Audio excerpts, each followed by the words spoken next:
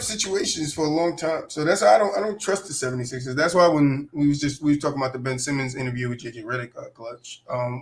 Before he even got up there and said it, I could I could find you the episode. You go watch it. I was telling them like you got to slow down on Ben. Everybody want to attack Ben, and nobody listening to like mental health. Like everybody just like, oh no, Ben this, Ben that. Like nah, Ben got some mental health issues. Like we gotta be understanding of that. We gotta, because us as men, we know we deal with mental health issues all the time, and it's not easy for us to talk to someone about it. Even your closest friend, is not easy for us to talk about what goes on in our head. So I was telling these guys who I can contest that they need to slow down on Ben Simmons. Like give him a chance to cope with what's going on in his mind and let him get back. Everybody want to call him soft. Everybody want to call him this, and I was like, yo, it's not fair. And then those same people on the same show was like, Kyrie's mental health, and it's like, nah, I know Kyrie mental health, and this person's mental, nah, I know that person's mental health, but what about Ben Simmons' mental health? Like, because it was real, and he explained that shit in the JJ Redick podcast. Yeah, I think mental health when it comes to men, and especially like in sports, people don't believe in it. People just think like, oh, now he has to be mentally tougher. He just doesn't have the will in it. It's like, nah, you don't know what it's like to walk in the arena of tens of thousands of people and they boo you, bro. Nobody knows what that's like. nah, for sure. Like, you don't know what that's like. Like, you sit at home, you sit in your computer. You don't know what it's like to get like death threats. Like, I'm pretty sure Ben Simmons got death threats, yo. 100%.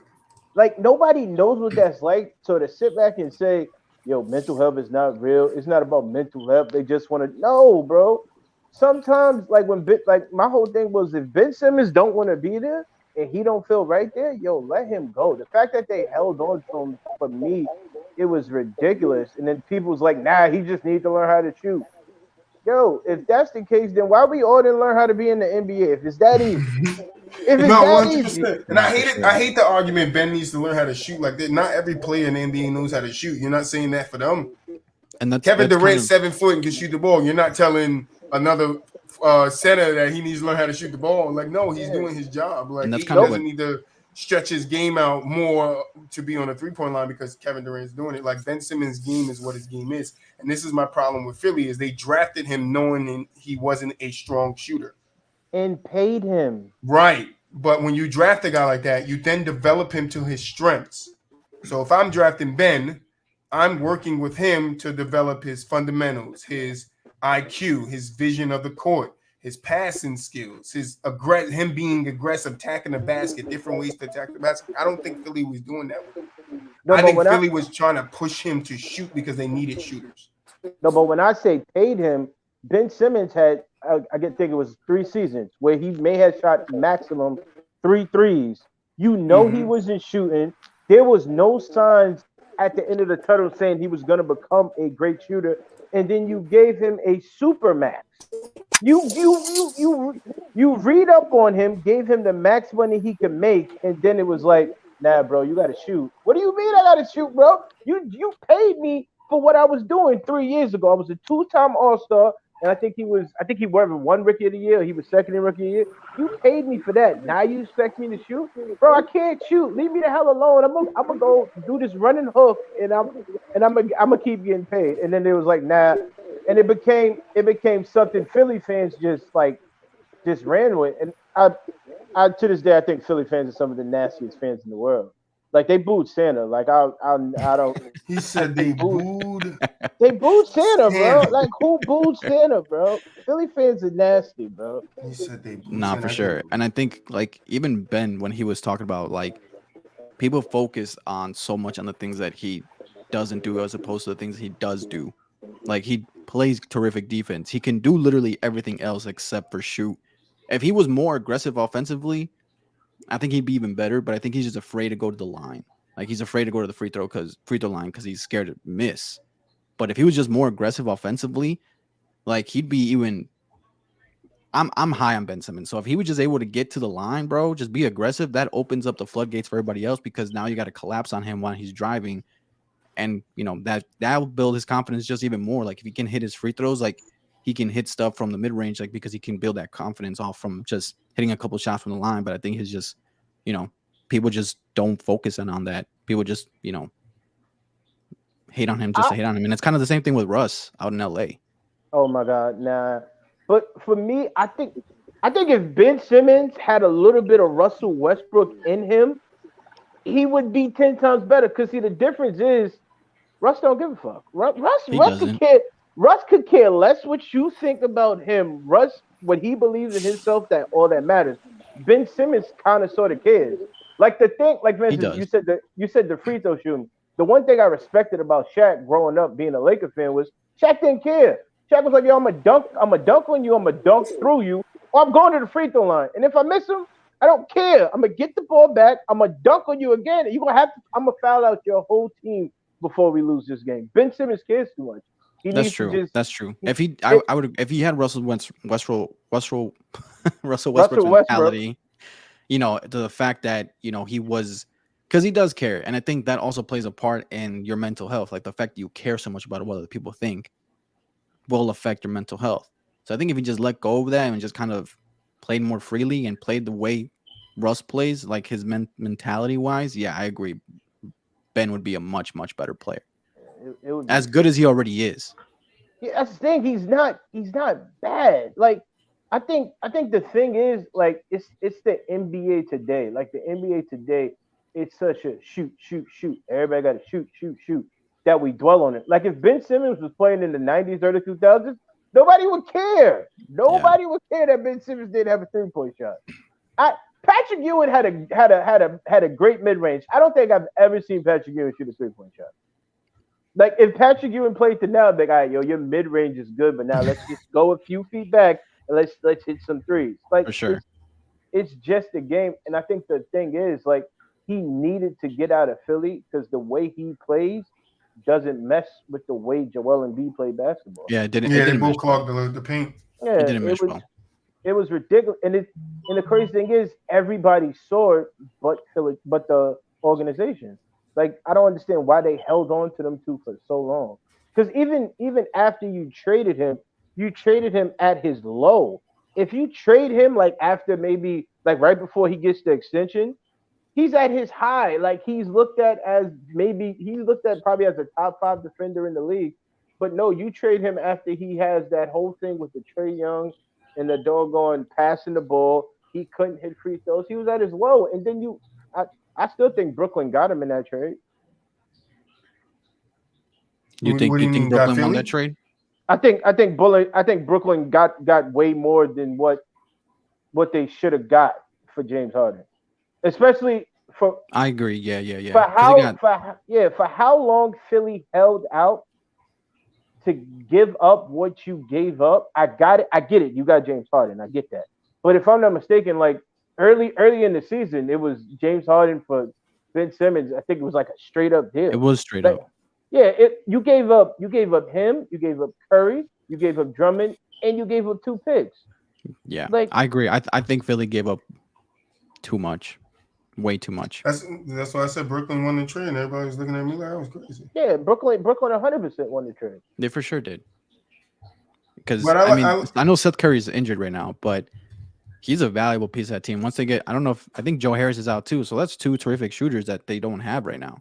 Yeah, but Joe Harris isn't looking good. I think they said his ankle is like bad. But like, granted, like even if he doesn't come back, a backcourt with Kyrie Irving and Seth Curry is a pretty good backcourt.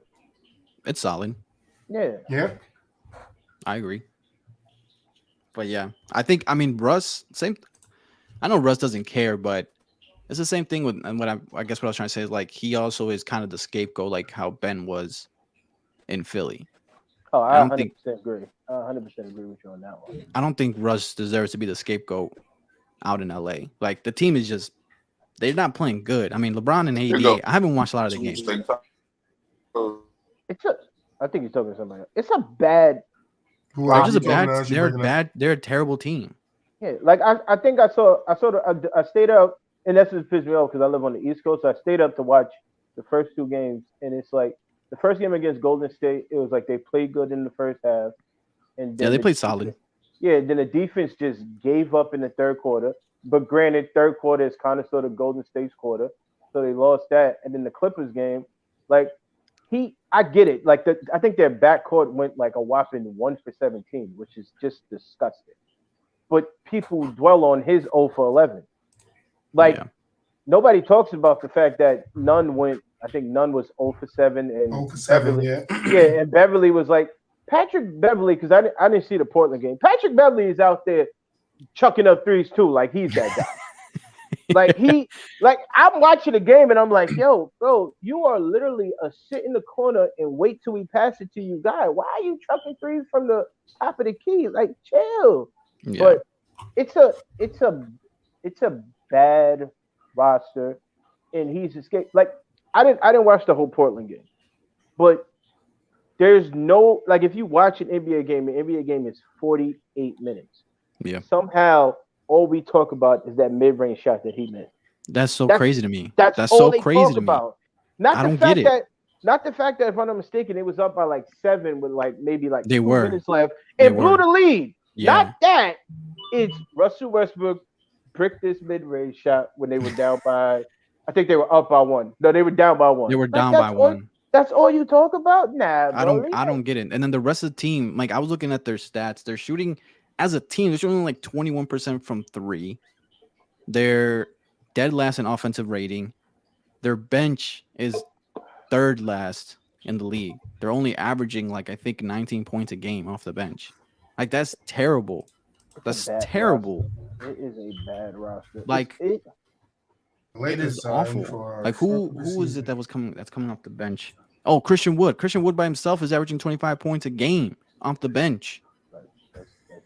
He's outscoring the Lakers bench by himself. Well, But look everyone who- just wants to focus on Russ. he's low hanging fruit at this point. Yeah, for Yes, sure. he is. Yeah, it's easy. Like they lost to the Clippers and he went 0 for 11, 0 for 11. But if you watch the game, he literally, in the case of 3 straight possessions where Kawhi Leonard is cooking, gets 3 straight stops on Kawhi Leonard. Nobody mentions that. It's he went 0 for 11. But if he doesn't at least, because he took it upon himself to get Kawhi. I don't know why he was on Kawhi, but he did a great job. I'm He gonna took get it- him. I can't do nothing Yeah. else. He took that upon himself and just didn't take it. He delivered, got 2 steals, and I think Kawhi Leonard like missed a bunny or something like that. But all we talk about is the 0 for 11. If I'm him, I wouldn't give a fuck, because no matter what I do, all you talk about is the negative. Yeah, Because he played game 1. Game 1, he had a great game. They got blown out. he You did. didn't hear his name. You didn't hear nobody talk about him. They went to game 2, 0 for 11. Oh, they gotta get rid of this guy. It's all Russ's fault. It's all Russ. Russ. LeBron's losing here because of Russell Westbrook. LeBron had a head full of hair before Russ got there. It's all because of Russ. And I don't even know, like, they want to trade him, but I don't even know who can they get for him They just said that will, like, really shift them from, because I don't even have them making the playoffs. they just said a team just started trade talking with the Lakers again for us. It's either Indy Utah. or Charlotte. Utah. Utah for who?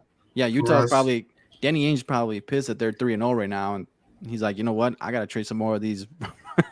He said, I gotta get rid of everybody. You want Get rid Jordan of Clarkson? everybody. They're ruining my chance at Victor. If I'm Jordan Clarkson, I do not want to go back and play with LeBron. We I seen don't- how it worked out, and it I did not work out. I think that's a bad fit for him. It did not work Yeah. out well. Jordan Clarkson went from being a good player on his way up to being okay. What happened to Jordan Clarkson while LeBron and He's then into the Jazz and became 6 man of the year? because he's a give me the ball, get the hell out of my way, let me go to he's a better Russ. Like, if you get what I'm saying, they're nothing alike, but in the sense, the fact of the matter is they need the basketball to be good. While LeBron needs players around him who don't need the basketball. They just sit in the corner. I'm gonna pass it to you, hit the jump shot. That's what he needs. Like, it's moments in the games where he's drive and he pass it, and it's like, yeah, but that's Lonnie Walker. He's not a shooter, bro. Like, that's not good. There's no one on that team that's a shooter. Yeah. Like, for me, I think the one thing I hate about, like, when LeBron James play is people look at him and they say he makes the right basketball plays.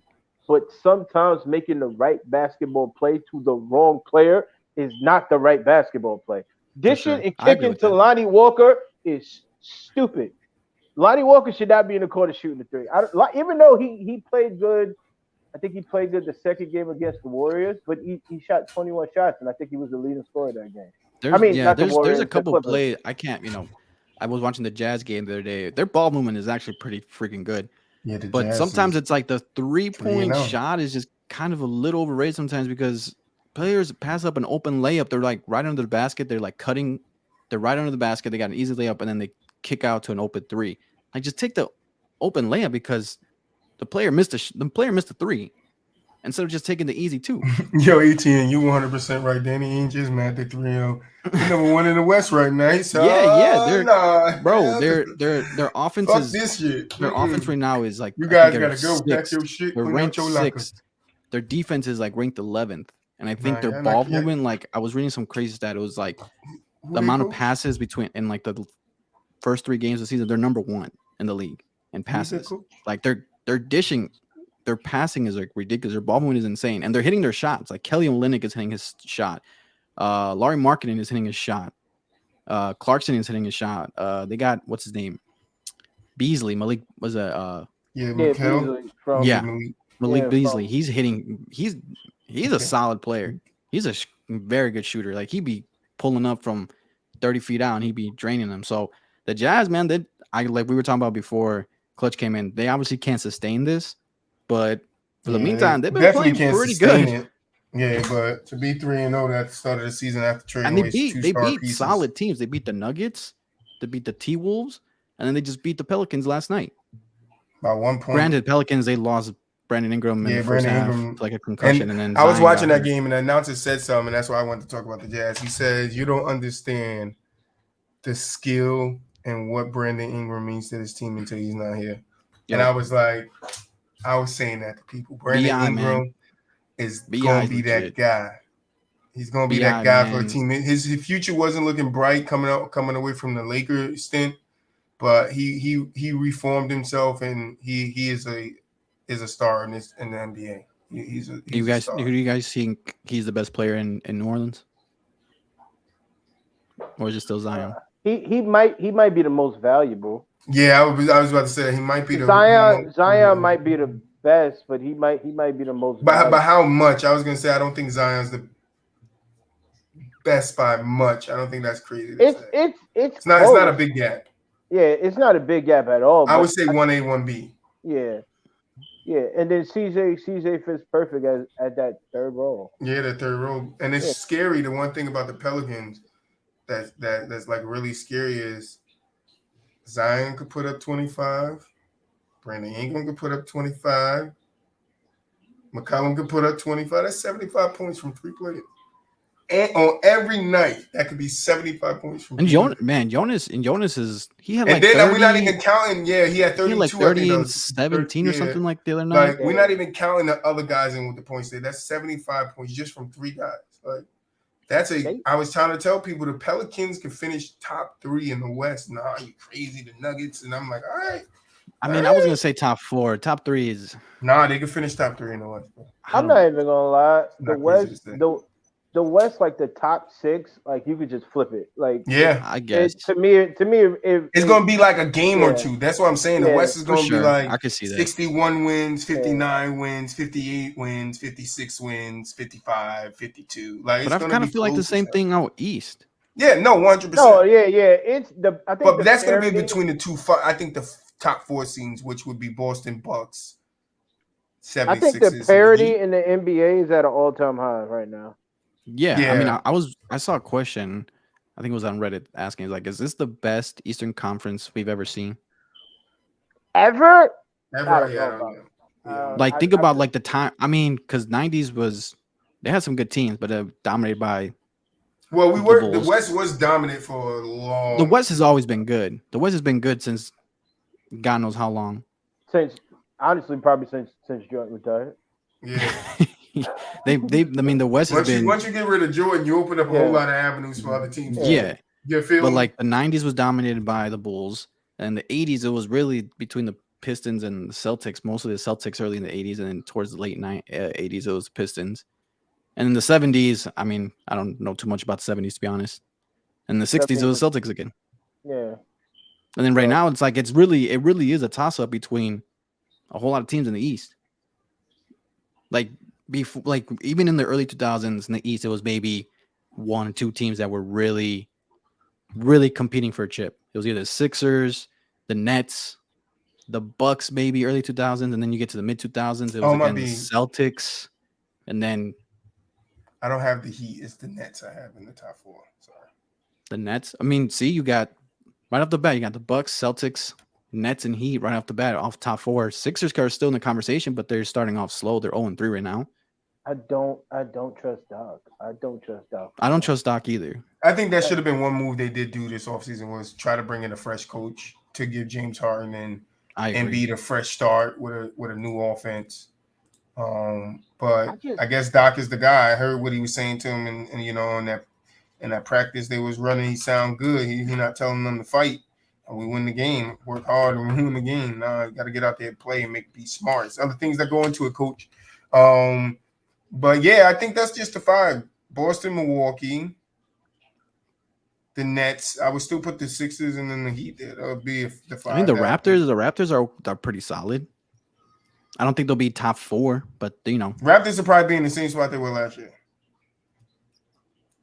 Wasn't it 4 last year? I thought it was 6. Oh, the Cavs. I forgot about the Cavs. 6. If the Cavs stay healthy, they could be in the top 5. I think the Cavs, man. I think that's like 5-6 squads right there, just alone. I don't know. I don't trust the Nets yet with Jalen Brunson. The Knicks. Yeah, the Knicks. I think. They can still be a playoff team. Charlotte can make a play. No. What about Atlanta? Atlanta could definitely get somewhere in that 6, 7, 8 spot. Somewhere around bottom, anywhere between 7 and playing team. Yeah, definitely gonna be 7. And Bulls too. I mean, as a Bulls fan, I don't see them being anything higher than like a 7 seed. That playing, the playing might be like pretty like the playing's gonna sell this year because that playing. I agree. You're gonna have great teams in the playing for the 1-game playoffs. Yeah, you could have the Wizards too. You could have Wizards. You could have Atlanta. You could definitely have Charlotte there again. You know, depending on how the Cavs, the Cleveland's season goes, barring any injury. They could be higher, but they could fall down like they did last year. The Knicks could end up there. Toronto could be there. Chicago could definitely sneak in there. Yeah, you got like 6 squads that can end up as a playing team. Yeah, and they're not like scrubs either. They're not. Yeah. They're not top. Yeah, we're not 4, talking about Orlando, but they're Detroit, they're solid playoff teams. I would say if everything pans out the way everybody expected, this year would justify the play-in. Because I still don't like the play-in. I just can't get behind it. I'm sorry. Like I don't mind it. I know it's money, it's extra games. No, I don't. Why? Is it because?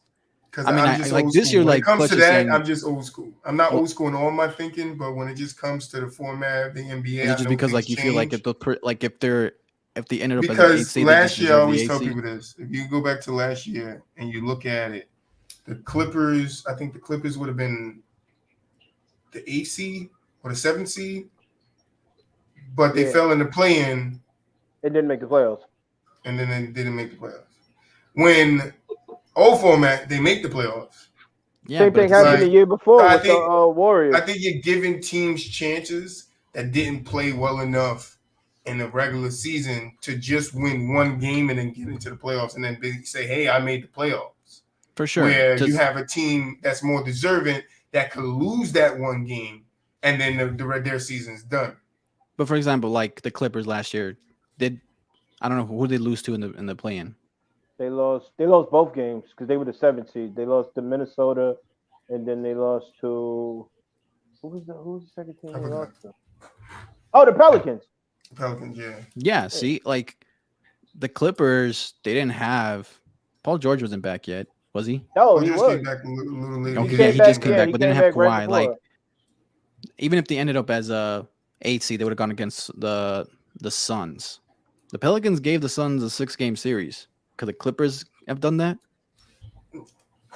I surely can, the way they motherfucking crumble.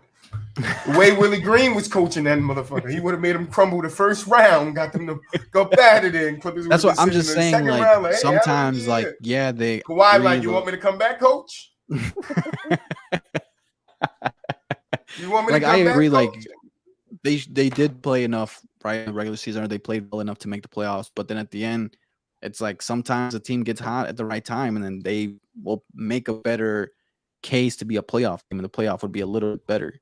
Like I don't if they would have ended up at 7 seed, they would have played. Who was the second seed? Pistons. Memphis. The thing about the Pelicans is like if the Pelicans started with that team from the beginning of the season, they make the playoffs. But For if sure. we're talking about the trade happening and CJ coming in and then them starting to play well and getting on track, like in the play-in scenario, yeah, that's a good thing. But in the regular playoff scenario, the way it was 5 years ago, 6 years ago, like nigga, you missed the cut. That's just what it is. You missed the cut, and that's it. You didn't win enough games to get into this tournament. That's how it should be. Now you're letting lesser teams that win. Like I want to go back to the standings of last year, like because it's just like it's crazy. It's crazy to me, like how teams that win 40 games or 5 less games, 6 less games than you, 10 less games than you can have a chance of beating. Yeah, it was a 6-game difference between the Clippers and the Pelicans. Right, like 6 games. That's big. Like even like because I just even looked it up. With Kawhi not being there the whole season, right. The Kawhi not being there the whole the season, Spurs and made then, it. And then yeah, they Spurs made made the playoffs. And then PG missing some of that season to accomplish what that team accomplished to play what they played. Hell yeah, they deserve to get that 8 seed and go into the playoffs. Like the Atlanta Cleveland is not that bad because Atlanta was only a 1-game difference. Yeah, it was a 1-game difference. So it fits some places, but I just don't like that. You could get a team that wins almost 10 more games than another team, and that other team can play good, can outplay you 1 game, and then your 6 more to 8 more games don't matter. I could see if it was like a typical like an Eastern Conference, like a couple of seasons ago, where like the 10 seed would have won like I don't know 35 games, and then like the 8 seed would have won. Yeah, but even now, games. It's just, like even, that. I get that one for game sure. away, 18. I don't give a fuck. Fuck you. Like, could you imagine if the Spurs got in? The Clippers had the Spurs by that would have been 8 bad. games. That would have been bad. I'll give you that. They had them by 8 games. That's why I said 6 to 8 games. That's crazy, bro. That's crazy that you could get in when I think they could. I think they could make it maybe for the 8 seed.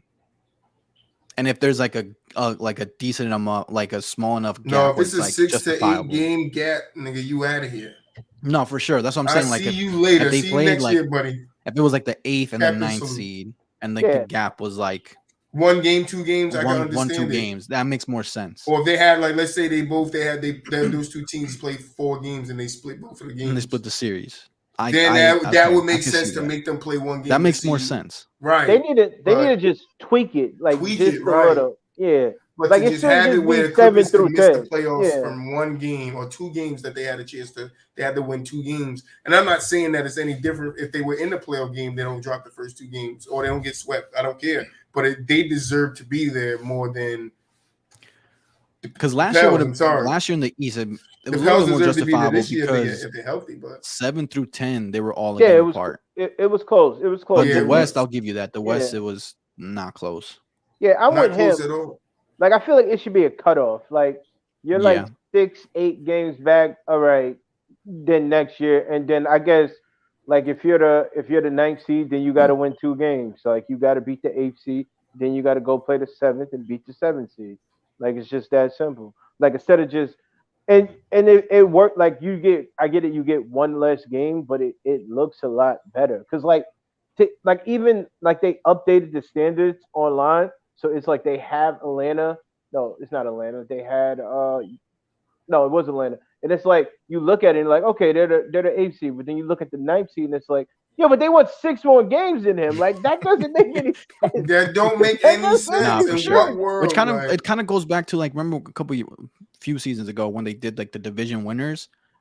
That was kind of messed up too because the division winners always were automatically top 3, even though, for example, like the year was like I think it was Dallas one year. The Dallas year, they should have been like the 2nd seed, and they ended up as the 4th seed. Yeah, that's the year I thought Steve Nash ended up winning MVP that year because I thought the Suns were 2nd seed, but in reality, it should have been the Mavericks, and they were only like 1 game behind San Antonio and it was just because they were in the same division, they couldn't be higher. So they tweaked that. So I can see, I can see why they should be able to tweak this.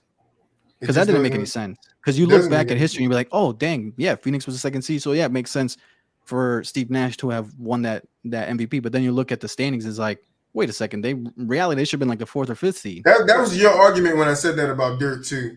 Yeah. You like said that to me, and I'm like, that's fuck that shit. Because Dirk had the better record.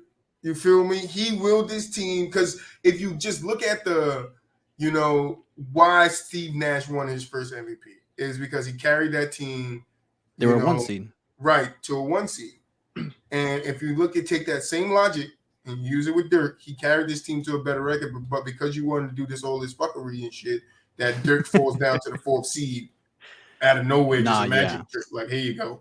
Like, you go down because you're better than this team. And then it's like that sucks. Like, this play-in, I don't like it. I don't like the play-in at all. I'm sorry, I don't. If they tweak it a little bit to where it's just like if the games are closer, the records are closer, then you give them a chance to get in. That might work, but I got to see that. But as far as what we have now, the top 10 seeds in the last 4 battle it out, like, I don't. Yeah, just now. I don't like that.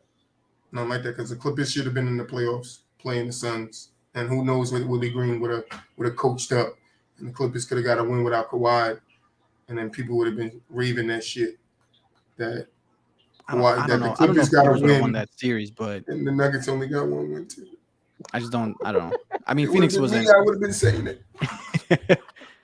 You Phoenix, can't tell me shit. I don't know. That would have been tough.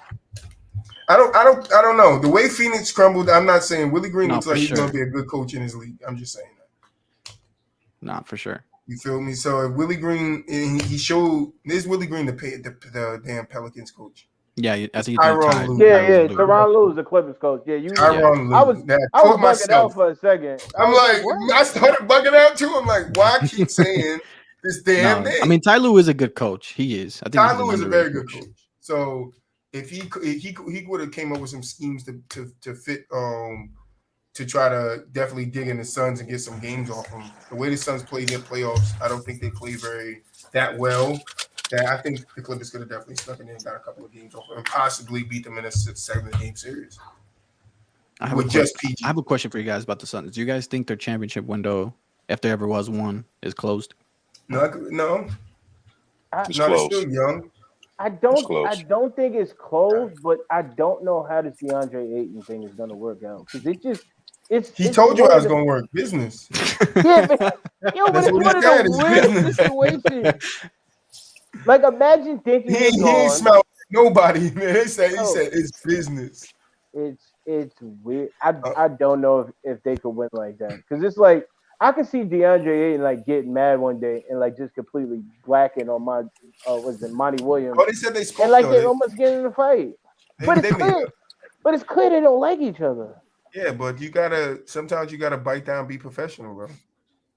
Yeah, but sometimes you just gotta take it on the chin and just be professional. Because you don't want to fuck your bag up. I don't think it's closed because I think it's closed. I think when people say it's closed, they look at Chris Paul and what Chris Paul brings to that team. But I definitely think if Chris Paul wasn't there, they could figure something out with Ayton and Booker and putting the right pieces around those two to be a championship together. I think if Ayton steps it up and like makes up for what Chris Paul is losing, I think. Well, he can't make up for Chris Paul IQ and Chris Paul ability to pass. No, but I don't mean that. I mean like just like maybe his scoring's going down there, like make up for like something that Chris Paul's not able to give him no more. I think. Yeah, but I think you can also put somebody else in that role too. You can find another point guard. I don't know. Come out of college. All these guys is coming out of college. Like it's just Alvarez, Max, Strus, and all these guys coming out. They balling like I don't know. You can find somebody. You just gotta understand what you need though, and what a player can give you, and not take that player because you need. For the Suns, for me, I think they need players that are comfortable in the role that they're giving them, sort of like the Spurs. To win the title, I believe you need a top 10 player. If you don't have one of those, you're probably not top 10. I think you got 2 top 25s. I think you good. No, I think you need a top 10 player. Think about how many lead you to a title. Booker's not arguably a top 10 player. He's arguably top 10. I need for him. No, he's not. He's not That's because we still count LeBron. I think he's closer to. He's Honestly, I think he's closer to 20 than he is to 10. Oh no, I think he's closer to 10 than he is to 15. He's a 20, yeah. Yeah, I think he's he's 10. between I would say. Wait, hold on. This is the same guy that people say is the best shooting guard in the league right now? I don't think he's the best shooting guard in the league. I don't think Who's he's the best better? shooting guard either. I think Paul Zach George. LaVine's better. Who? But even Zach if you LaVine. don't think he's better, the big consensus. I think Zach LaVine is better than him- Devin Booker. The consensus has Booker top 3 shooting guard right now, top 3. So how is he Devin not? Booker? Devin Booker Mitchell? is a top 3 shooting guard. Yeah. But I Mitchell? think Paul George is the best shooting guard. I forgot about Paul George. I mean, I don't Is really Paul rank George a Paul George shooting right now guard? because he's I don't know what he is anymore, bro. I don't know what he is. He is a shooting guard. I He is a all shooting the guard. places where he come Unless in, where you're going to consider him a small forward. he I was, consider him a small forward. What position did he play on the Pacers? He was small forward on the Pacers. He was He was small the forward, 2 and then guard got too. two. He played 2 He guard. played and 2 small on the forward. He played Pacers. two. But What when was he his started, primary position it on the was Pacers? it was small forward because he started. Lance Stevenson played the 2, and then when he started, what's his name? Danny Granger played the 2. Danny Granger. Yeah. Did he? I mean, So I think- ideally he's a small forward. I mean, Yeah. we It's all not understand ideally. that. See, we change But it up. it's like the in same thing, but like, what about James Harden? Do we consider him a shooting guard or a point guard? I don't know what That's he what I'm is saying. even now. I James, think what was James' primary position? Clutch on OKC? doesn't. Clutch is I don't know, bro. What was Like, his primary position on when he was on OKC? What the OKC using for?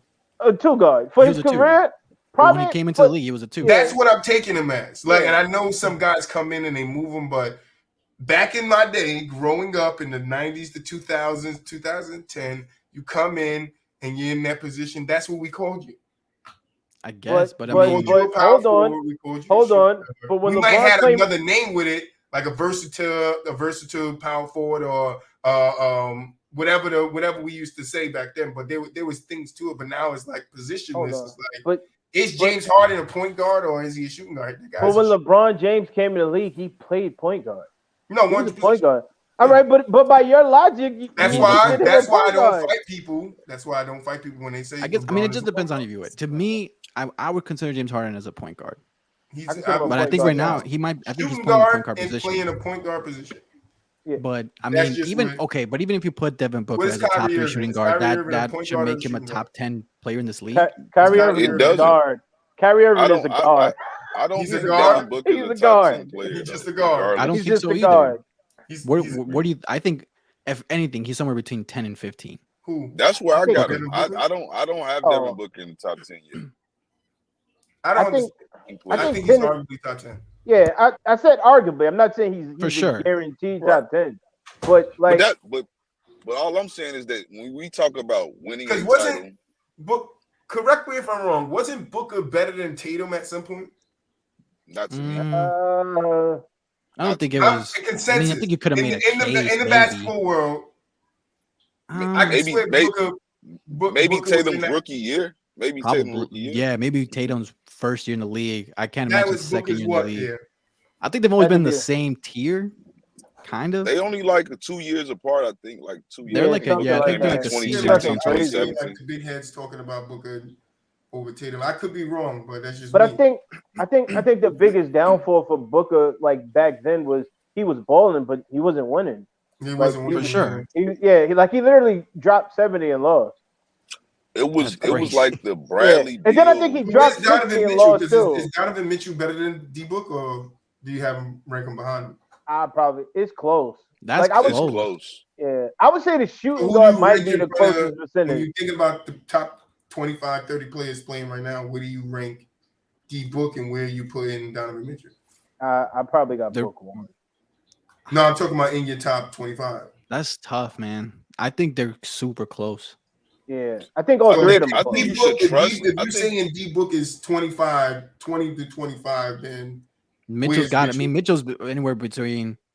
Around the same range, anywhere between 15, 20, 20, 25. It depends. It just. I would actually have Mitchell probably like in between like maybe 20 and 25. Like I would put Mitchell between the three. I would probably put what's Booker up, one, Tyson? and then I would probably flop like Zion. I mean not Zion. Levine and Mitchell. Mitchell. Yeah. I mean, considering Paul George is My shooting whole guard, I say thing Paul though with George is Donovan number one. Mitchell. But What my happened? whole thing with Mitchell, out of all the two guards that we talking about, like as the true number one option on this team, he's accomplished more than them guys. How? Like definitely Zach LaVine. Like it's not even a question. Donovan Mitchell's accomplished more than Book. Yeah, how?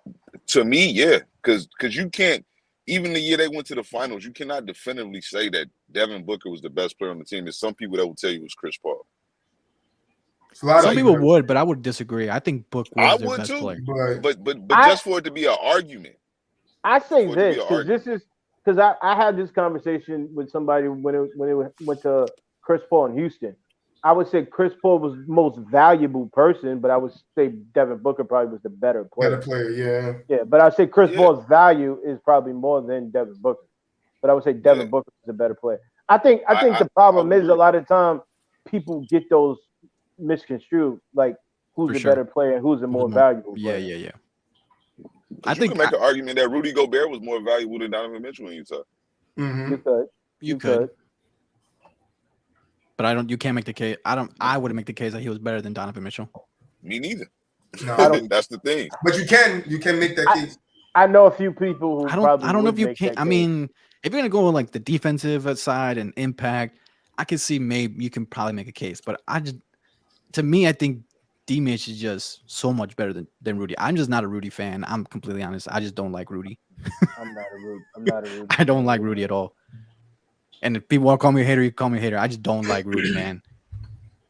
I don't have a huge expectation from Rudy Gobert. Like I just think in this league, he's just a defensive center. He brings a hell of a lot of impact, but I definitely don't think going back to our original conversation. Why don't they think he would be your number 3 option? What happened? You don't think what? He said number 3. I only think he'd be your third. I mean, your second best player on the championship team. I think he'd be your third best player, but not your second best. Who, Rudy? First, clearly. Yeah. That's because Rudy don't. Well, Rudy has been carrying a little bit of scoring load for the Timberwolves. So if Rudy could show that he can score and defend at a high level, doing both of them at the same time, I definitely think you got to start giving him a little bit of respect. I think the respect isn't there because Rudy did not show you that in Utah, that he could be in the game at the end of the games and make plays and put the ball in the basket. But I think the Timberwolves, on top of that, like he's kind of a liability outside of the paint. Stretch the floor. Yeah. Well, I wouldn't say he's a liability. I'm not gonna say. Yeah, you're right. You're right. Somebody made a good point. He's just not. Like he got. Even people will say, okay, I understand. Like he's getting cooked. People love to bring like the what's his name, Terrence Mann from the Clippers when he cooked him and he dunked on him and stuff. Like I get when it's a smaller guy. Right, like it's hard to keep up with, a smaller player when you're that size. But he got crossed the other day. They were playing the Jazz. He got crossed over by Lauri Markkanen. Lauri Markkanen, he crossed him over and he took a step back 3 on him. And he still should be out there. Right, he's like they're the same size. Like, what are you doing? Like, how? Like, I just but Lauri Markkanen, they're the same size. But you gotta think about Lauri Markkanen plays differently than he does. I agree. Yes, stretch his game out to the perimeter and shoot the 3. Rudy Gobert doesn't do that. I understand. I understand when people say he's a liability, but I wouldn't say he's a liability. I would just say he's not as good as defending the perimeter as he is as defending the paint. You expose any great player's weakness. Yes, 100%. 100%, but that don't. So teams gonna make him come out. No, it don't make him a liability at all. Yes, that's what I'm saying. It doesn't make him use that word, but I just don't think. But it makes him vulnerable. I think that's a better word. And in this day and age, like not being able to guard the perimeter is kind of big. It's like I isn't. But why? But how many big men? How many big men can guard the perimeter? Not a lot. Not a ton, but you got a couple. But you got to ask why do you probably count him on one hand. Why do teams single him out? Because they know. Because he's smart basketball. Yeah, right. No, 100%, but they single him out because they don't want him in the paint. If you take Rudy out the paint. Right. Well, yeah, that's smart. Yeah, 100%. 100%. But that's why they do it. They single him out, not because he's a weak perimeter defender. It's because he's such a great defender down low. If you get him from down there, you can open up the paint for you to get easy baskets. Yeah. If you leave Rudy down there, he's going to make it hard for you to get easy baskets. Do y'all think if the Jazz had good perimeter D that would happen? No. Yes. No. Yes. No. Yes. No. No. If they had good perimeter defenders, they're not going to pull. They would just switch off. They would just switch off. No. Yeah. Rudy would never get caught out there. Rudy would never get caught out there if they had good perimeter defense. But depending on the team you play, unless it's Larry Marketing. But what I'm saying is, depending on the team you play, is not as easy as just to switch. Like you got for players sure. in the, But I mean, you got players in the NBA that's just pulling. No, you're not going to be as You're not going to be as vulnerable if you have some solid wing defenders alongside you. What I'm saying is they switch everything. It's easier for them to switch now, get Rudy off that guy, and get Rudy back in a better position on defense where they need him than it is now because they don't have that stronger perimeter defense. But you're not saying switch. You're saying go over the screen. Shit. I'm talking about go over, under. I don't care what you do. Yeah. Put Rudy back in a position where he needs to be. Golden State pulled Robert Williams out the paint. That's what they did. They pulled. 100% because he's strong at defending the paint. He's stronger at the paint. You pull that guy out the paint. Put him in his weakness. But the difference is the Celtics can rotate and switch everything. Facts. Utah can't. Right. But the problem can't do shit. But the problem that the Warriors had is the same problem Utah would have if they had better perimeter. As a big man, your instinct isn't to, I'm gonna go out there and I'm gonna guard Steph Curry. No, for sure. Rudy go like the problem they had was Robert Williams' original instinct was, all right, here's a screen, and I'm going back to the paint. And it's like, no, what the hell are you doing? That's Steph Curry 3. Like, that's the problem. Like, I think regardless if they had better perimeter. Yeah, but you can work those out by if your guy hustles back. Like, if you know Robert's going to drop, if you know Williams is going to drop, you got to hustle back to Steph because you know it's Steph. It's not Robert's job. If the coach is telling Robert that he needs to get back to his position, don't get caught out there, then the person that's closest needs to get to Steph. That's just how it works. Yeah. But it's a. I get it, Steph. He's probably gonna make the shot regardless. Yeah, because I'm pretty sure everybody watched the finals. The announcers are literally screaming at Robert Williams. You have to step up, and you're not used to that as a big man. You're not used to going out there and guarding the perimeter. So what I'm saying is, if Utah had better defenders, I think they would still try to evolve Rudy Gobert in the pick and roll. I'm not saying that. I'm just saying it wouldn't be as vulnerable. Right. It wouldn't look as bad. That's all I'm saying. Because Boston has the guys that can get Robert out of there really fast. It's just Golden State and Curry's been doing what he's been doing for so long. You have to make split-second decisions, and Curry makes those very well. So you have to counter his with one that counters yours. We did it so well in the Bucks series where we would not switch and get back. We would collapse and then get back to that perimeter. Boston just was tired out where it wasn't getting back for Curry. Did you really just try to compare the Bucks?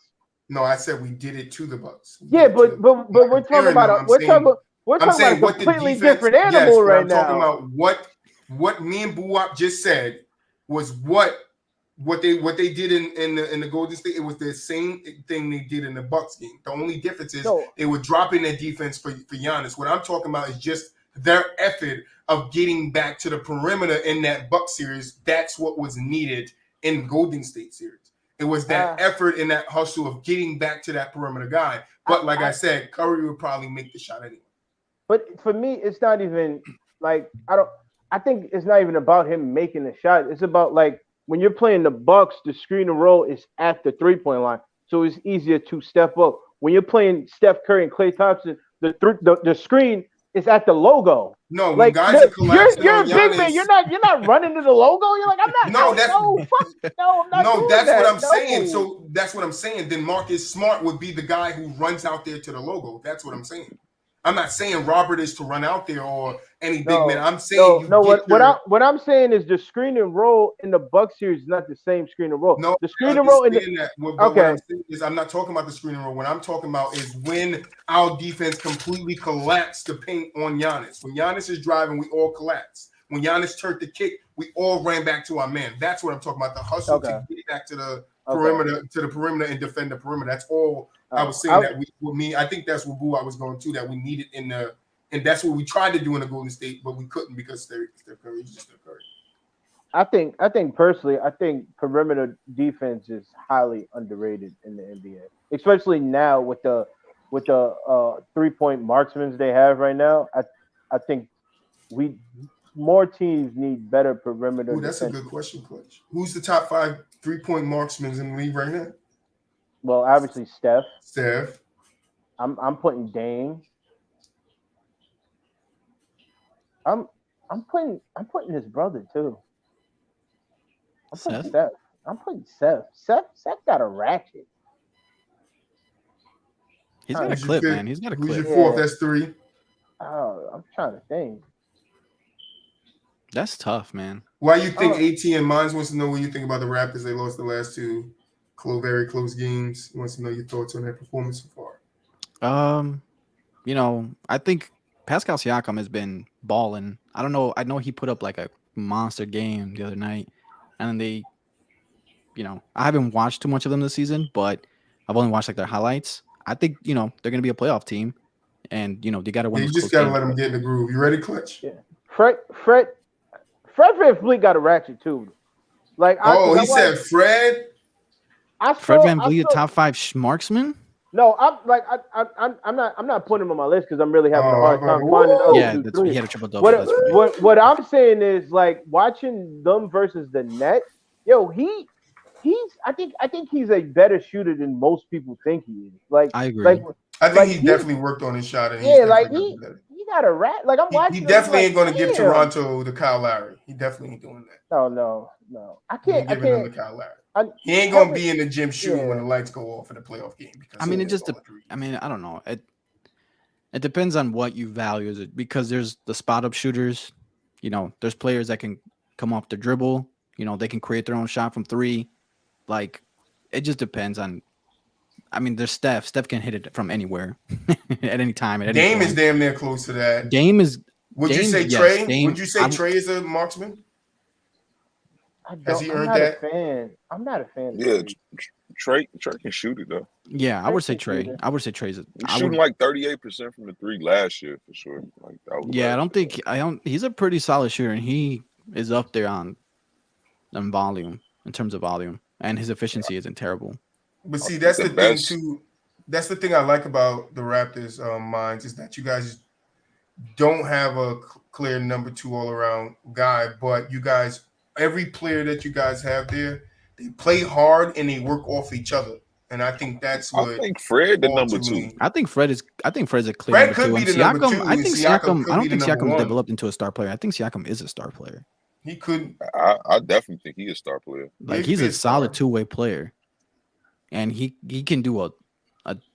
I think Siakam was. But I think the underrated. pieces that you have in place with the Raptors it's going to smooth itself out throughout the season, and you guys would definitely make the playoffs because you guys work hard and I'll tell you, working hard and playing for the to win, that's going to win you 8 games out of 10. So if Toronto just do what they did last year, they'll be right back in the playoffs.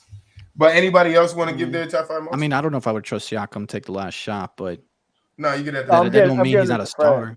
I'm giving it to Fred. I'm giving it to Fred. Yeah, I'm giving it to Fred. But he could be my best player though, for sure. Yeah, but just because you can't hit the last shot doesn't mean I don't know I wouldn't trust Giannis with the last shot. Yeah, I'm giving it to Middleton. Give it to Middleton. But I don't think that's. See, that's why I like Boston, because you could give it to Tatum or you can give it to Brown. No, I'm giving it to Tatum, Brown. You could definitely give it to Tatum, but you can give it to Brown. You can give it to Brown. You can literally, legitly give it to Brown, and that's a good thing to have because you need some guys that can end games. You need multiple of those guys that you can trust in the moments. Sometimes it's a good thing. Sometimes it's a bad thing. And I know I was just about to say that, but on the Heat it didn't work out, but they smoothed it out. And I think Boston is to the point where they smoothed it out.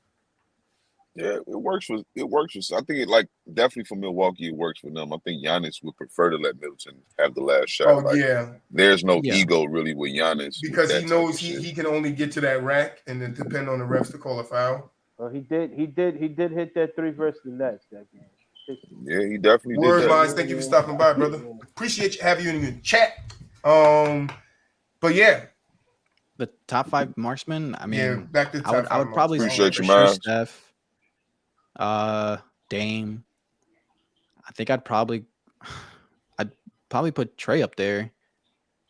I kind of agree with Seth. Seth has really developed. He's really up there. And 5,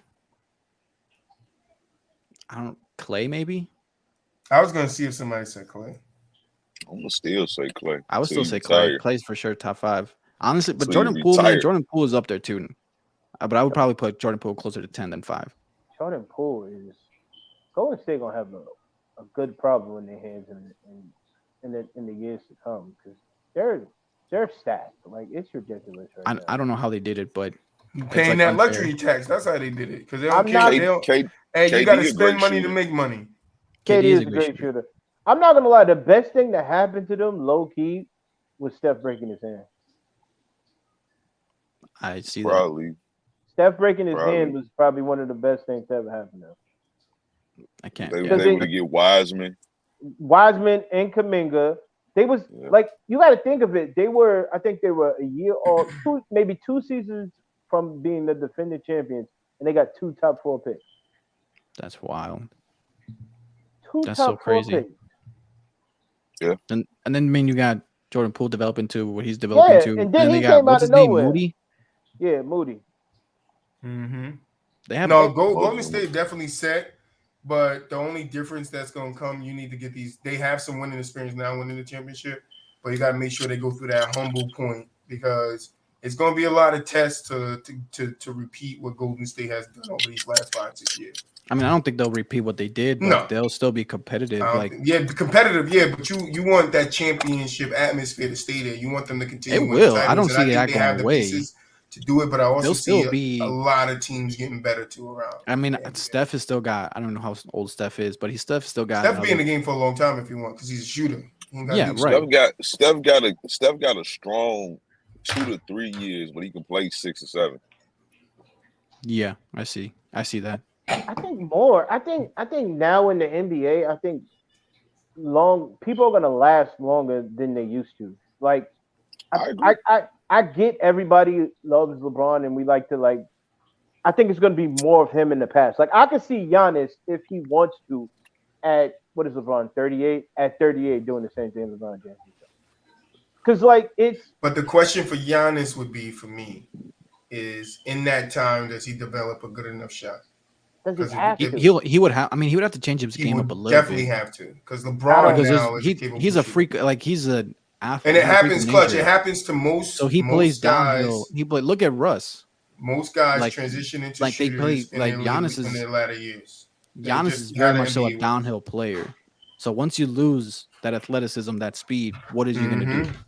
He's got to be able to develop some sort of mid-range, some sort of shot, something back to the basket. But the only reason I wouldn't compare him to Russ is the difference is Russ plays one position. Russ is a point guard. So Russ is going downhill versus point guard. Giannis, you could put him at point. You could put him at forward or you could put him at center. Or when he started, he was a small forward. So he's gonna have a mismatch on most possessions. While Russell Westbrook is just sure. You're gonna have a point. You can't run past. You could say he has a mismatch, but how strong is he? How fast is he? How quick is he? And even if you try, because Giannis, his post game isn't phenomenal. No, his back to the basket isn't that great. So if he got to develop something, if he could develop at least a post game like a back to the basket, get 1-2 dribble, some sort of hook shot, get inside the paint. Develop his footwork. His footwork ain't the greatest either in the post. So if he just develops that a little bit, I don't think he's got to change his game up a little bit. Like every great player, the high maybe players with skill and high IQ gonna be able to play forever. Like Steph will be able to play just based off of those 2 things. He got high skill and he got a high IQ. He will be able to even when Steph gets slower, I don't think it's gonna affect his game. He can't get his shot. He already got slower. Yeah, but that's what I'm saying. When he gets 35, 36, how old is Steph right now? 32, 30? He's 34. He's like 34. Yeah, I think KD can play forever. I think KD can play for a long time too, at a high level. I don't think he wants to too. I think KD can play for at least another 4 or 5 years. 10 years. I think he played 10 years. At his highest level, and then he can play another 5. Not barring any major leg injury, I think Kevin Durant could definitely be in his league. I think Chris Paul still got at least another 4 seasons left in him. 3-4 Chris seasons. Paul? I don't think he got 4 seasons. Like Chris he's Paul gonna gotta show me what he got, and if because look at he's not going to be playing at this level. Their games he's going to continue to send. I think Chris Paul could stay in the league if he develops into just a facilitator. If he just runs the offensive passing ball, exactly. And they got the pieces around him to make that work. If not, then he's not. Like J Kidd played until he was like 36 when he won. J Kidd was bigger though. He was bigger though, like a bigger guard. For sure. Stand more. But he became more of a kind of just that floor general. And he became a knockdown shooter. Yeah, he became a knockdown shooter. He could become like a knockdown shooter. I can see. Not to say Chris Paul couldn't do it, but I just don't think he. Well, I think Chris Paul shooting is going. I think I don't know. He can still bust it. Don't get me wrong. He still does his thing out there, but I just think we're to a point where in the next 2 years, I think that cliff. He's going to be well off of it. Yeah, because he's not LeBron. Not everybody's LeBron. I don't think everybody's going to be able to maintain and keep up. Some people, everybody's body is different, so we just don't know how his But I do agree with Clutch, though. I think the modern athlete will try to push the envelope more. Oh, 100%. Like because you got the medicine. You got the medicine and technology. Yeah. But it's also the game is nowhere near as physical as it used to be. That's true. Like people don't like I've watched LeBron James's whole career, and I don't think I've ever seen him actually get a hard foul. Like a foul where it's like, whoa, hold on. Like it's like all right. Do you think that is because he's so hard foul? What do you think it's just because he's so big? You you've never seen yo, bro. They used to borderline kill Shaq. Shaq used to get killed, and Shaq is bigger and stronger than LeBron James. And I've seen Shaq get hard fouls. That's a different era. That's what I'm saying. But that's what he's saying. That's a different body physique back then. You know, that's a different mindset. These guys out here, like if I hard foul LeBron, I might break an arm. You know, LeBron might knock me out. That's the king. I can't damage him. Like that. But this is what, like, even like if you really think about it, Chris Paul leading the league in assists per game is ridiculous.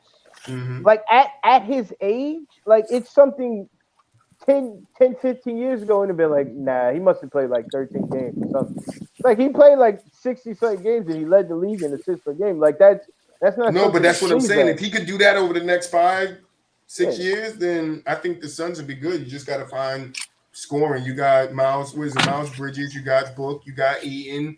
Is Crowder still there? Did Crowder leave? I think Crowder's still there, but he wants out. But that's kind of going back to that question of like their championship window. I think it's closed up until DeAndre, kind of how Clutch was saying. DeAndre has to take a step forward and become more of like a presence. Like he's a 20 and 10 guy, but he's got to become more of like a 25, 26 and like 12 guy. Yeah. And Devin Booker too. I think Devin Booker has to take a kind of like a leap as like Jason Tatum took. You got to take that John Morant leap from 19 not a huge leap, but JT is like. But y'all know how math work though. Like he needs to be a for sure 20 and 10 guy. Like he don't have to average 25 and 10 for me. No, like, okay. I mean, to me, I think for sure averaging 20 and 10. That means some nights he's gonna have 25 and 10. You know what I'm saying? Yeah. 25, 12, 25, 13. Yeah, 26. like long as he's averaging on the season 20 and 10, that's gonna be huge. Like he's not that yet. He's like an 18 and 9 type of guy right now. He needs to be a certified 20 and 10. And a lot of you guys might not even be like, "Oh, you guys only talking about 2 more points. You're only talking about 1 more rebound." I mean, that matters. I mean, that's huge. It makes a big difference because if you're going from makes 18, a huge difference. I think if he's averaging, to me, I think it depends. Like, because I think he can average 25, 26. I think he's averaging anywhere between 24 and 26, and his anywhere between 10 to 12 boards. Yeah. That is. Because at that point, he's for sure, he's kind of like, that's star level. Mm-hmm. Like, that's for sure star level. And then if Devin Booker's giving you another 28, 29 a game, like, then we're talking. Yeah, that's what I was saying. Like, that if he's doing that, then that and playing some better defense, then I can almost want to say Devin Booker's a top 10 player for sure doing that. But the real guy needs to be Mikal Bridges. I think he needs to be like a 16, 17 points per game scorer. That would definitely make it easier for Chris Paul to definitely just flow into the I can be the true. And if Crowder went out, you got to replace Crowder with a shooter. Of course. Yeah, I think I agree with Buap. I think Bridges has to become more of a better spot up shooter. So like that'll open up the, Chris Paul can continue to do his dribble penetration and just kick out more confidently with a guy who can knock down his 3 at like 40, 42, 38 to 42% from the three at a decent volume. But you're right. Like if they lose Jay Crowder, I think that's a solid piece to lose. Like it just depends Jay on what Crowder they acquire. became a really good 3-point shooter, like he's a knockdown solid 3-and-D guy in like key moments of He games. is a solid 3-and-D. I just don't think he really make or break you though. No. But he's a solid piece to have. But just the chemistry that those guys have out there, that's a loss to have a guy have to come in and then build with those other guys. When you have a guy that can do it at a high level, that's already got chemistry with these guys. But if he wants out, then it might be another Monty Williams situation. But regardless, I just think the West has gotten so much better. Like I think the Warriors are better than them. I think Dallas got better. I think Dallas will beat them in a 7-game series. If the Clippers are healthy, they'll beat them in a 7-game series. So that's just 3 teams off the top of the head that I can think of that will beat the Suns in a 7-game series. So I think their championship window is, and then the Pelicans are up and coming. I think if they play in a 7-game series, I think I might go Suns just because like the Pelicans don't have that experience so much yet. But in a year or two, the Pels are right there. No, I'm taking Pelicans. In a 7-game series, I don't last year with no Zion, take the Pels. I don't hate it. I need to see. Didn't they lose to the Suns? They lost to the Suns. The Pelicans? Yeah. I mean, yeah, but it was Zion wasn't there. They was babies though. They was still kind of like babies. And they didn't have like CJ McCollum. So what, they grown now? So they grew up over No. But I mean, no, but off season you gain chemistry, you gain camaraderie with each other. Yeah, like McCollum came into the middle of the year. You understand what CJ likes more. Now you have more time to spend with CJ. CJ has more time to spend with Zion because Zion was out. Brandon Ingram has more time to spend with all 3 of them. Alvarez gets to get in the mix. I was talking to the future of the Pelicans versus when we talk about their window, the Suns' windows closing. Like I just think that's going to be a team that they now have to worry about too, as well as them other teams as well. So it just makes it Grizzlies. That's all I'm saying. I think the Grizzlies I don't know about Memphis too much. I don't know about Memphis so much. It depends. I think Memphis is like 1 or 2 pieces away. I think Memphis would have got Golden State out of there. I think they would have got Golden State out of there. No. I think they would have stretched the series a little. I think they definitely could have took it to 7. But I think Golden State's experience would have came in. How can you say if it's going to 7, then they could have got them out of there? Nah. Sometimes a team is good enough to push you to 7. But what I'm saying is, if that team gets you there, right? Sometimes you just understand that all right, the better team is going to win here.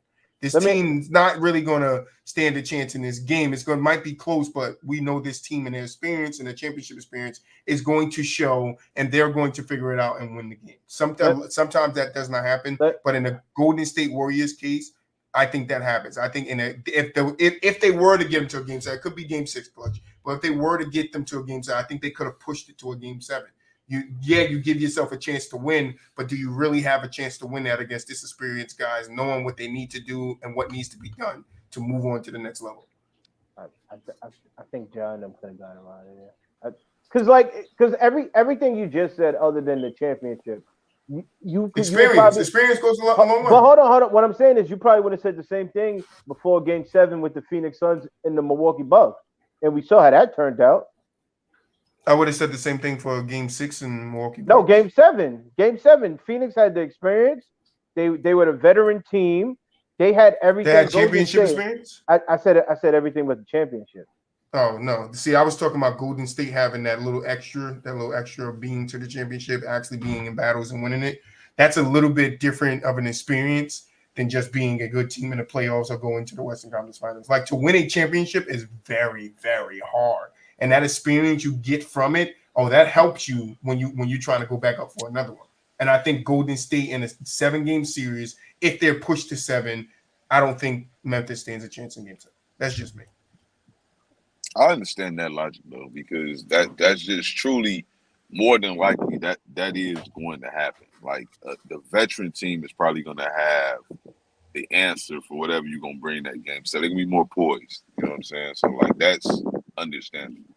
Not even the veteran team. I just think whoever has the best player tends to win. Will have a higher chance of winning a Game 7. I ain't gonna say the best player because again, I think the Bucks had the best player. Yeah, I guess. I just think it'll be about who's more poised for the moment. Like, and I think with the Boston series, I mean against the Bucks, obviously, that Boston Celtics just had was a better better. team. Yeah, they just had a better team, without but they had more hungrier players too. If you just looked around, like Giannis was clearly the only hungry player on the Bucks to me. Like the guy that had felt like he had something to I'm not prove. doing this again. What? You don't want to admit that Bucks probably would have won that series with Middleton? No, I think if you're gonna do the boo up and look at the series of Boston, how their defense played against just Giannis, then yeah, I'm gonna tell you like I think the Bucks still winning Game 7, even with Middleton there, because they play a totally different defense against two of those guys instead of one of those guys. But I hate when people say that because you're not getting that same Giannis. You're not getting the same Giannis you got in those 7 games without Middleton. No, 100%, and you're not going to get the same Boston defense that you got in those 7 games. So that's what I'm saying. Like, I think if Middleton's there, me personally, I still think it goes 7. I still think it goes 7. I still think Boston has a high chance of pulling it out. That's just me. That's not me being biased. I just see what they did and how they made everybody else around Giannis ineffective. I don't know. I don't think they cannot do that. A little biased. I don't think they cannot not do that to Chris Middleton, make him ineffective. I don't think they can. I've seen it happen to him before, and I'm pretty sure Boston. The one thing I'll say about Middleton is like he can be pretty inconsistent, so it could have gone Game 7 regardless. He would have fit perfect with that series because that series was nothing but inconsistency. So he would have fit in perfectly. 100%. He would have fit in perfectly. He would have fit in perfectly. I like Jason Tatum. I like Boston, but their whole playoff run was the epitome of inconsistency. Like they had role players have some of the greatest games out of nowhere to the next game. Yeah, like game one against the Warriors. Yeah, Devin White was on fire. Derek White and Marcus Smart, they were hitting everything. But I think the East and the West, I think the players are going to be great, but I think it's all about matchups. But I think Boston versus Milwaukee is a good matchup with or without Middleton. Yeah, same here. I don't think much changes. I think that series still go even without all back. I still think it goes 7, and either team can pull it out. Because I said it this year, Bucks could have pulled it out, Boston could have pulled it out. Yeah, but I get why people say. Yeah. I get why people say if Middleton's there, they win it easily. I get why people. Because there's another aspect to what they see from Boston, and it's not. People don't change their mind on. They win it easily. I changed my mind. I can't even sit here and say that Bucks will definitively win that series, even with Middleton. I will. You think they definitively win that series with Middleton there? Yes. Didn't we beat the Bucks once before when Middleton and Giannis was there? No. No, I think it was Miami. Maybe early. Who did we beat on our first? Because we went to the East. We've been to the Eastern Conference Finals 3 times. It wasn't Milwaukee though. We never played Milwaukee. I thought y'all played Milwaukee. Y'all played Milwaukee. Yeah, counting this time, Mr. Pills. With Kyrie, and y'all lost. Okay. Mm-hmm. Yeah, because I knew we played them before, and I knew they beat us. I was trying to think if it was the time we beat them, because I know we made it to the Eastern Conference Finals twice before this one. Hold on, didn't y'all beat Milwaukee the year y'all played Cleveland? Wasn't that the Scary Terry? Didn't they beat Milwaukee? Oh yeah, we did. But yeah, was Chris Middleton there though? It was. Yeah, he had to be there. Yeah, I knew we beat them. I'm like, to be there. We beat them. Might have been the second round. Yeah. Right, and we didn't have the defense that we have today. So if I'm going to just think about what those guys know from that team and what they like to do, it hasn't changed that much.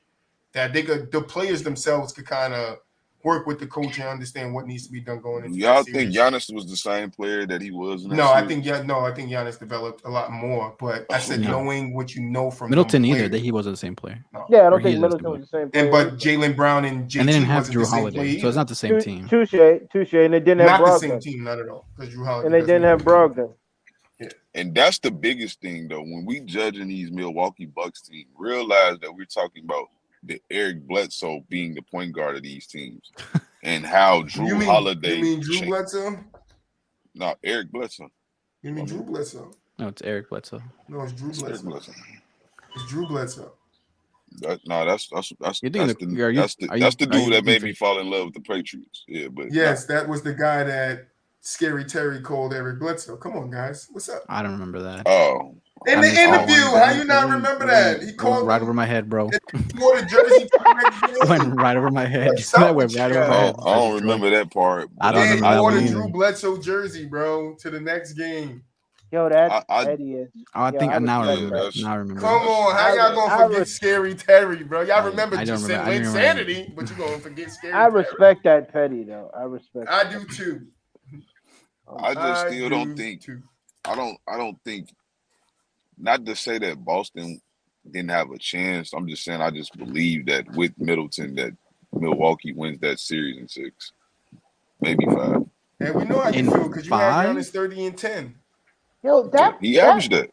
That's that fine, Milwaukee team that won the championship, they wasn't as dominant as. Like I feel like you're making them sound like they beat them in 5. How many games did they beat Atlanta in? 6. They beat them in 6.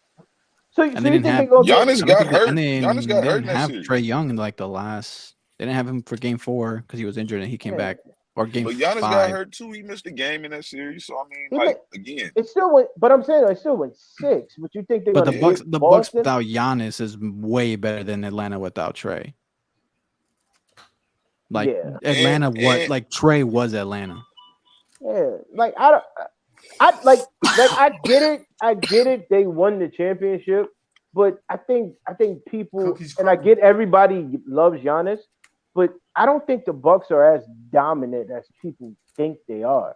Like people just think they're coming out of the East. Like people think if they had Chris Middleton, they were coming out the East again. And you think that's crazy to think that though?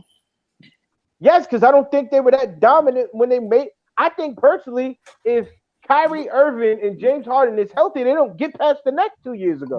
But don't you agree that every year there's a favorite in each conference? What is wrong with the Bucks being the favorite? No, I get it, but I feel like everybody sits back and they talk about them like they're head over the heels favorite. Like I don't think that though. No, I wouldn't go that far.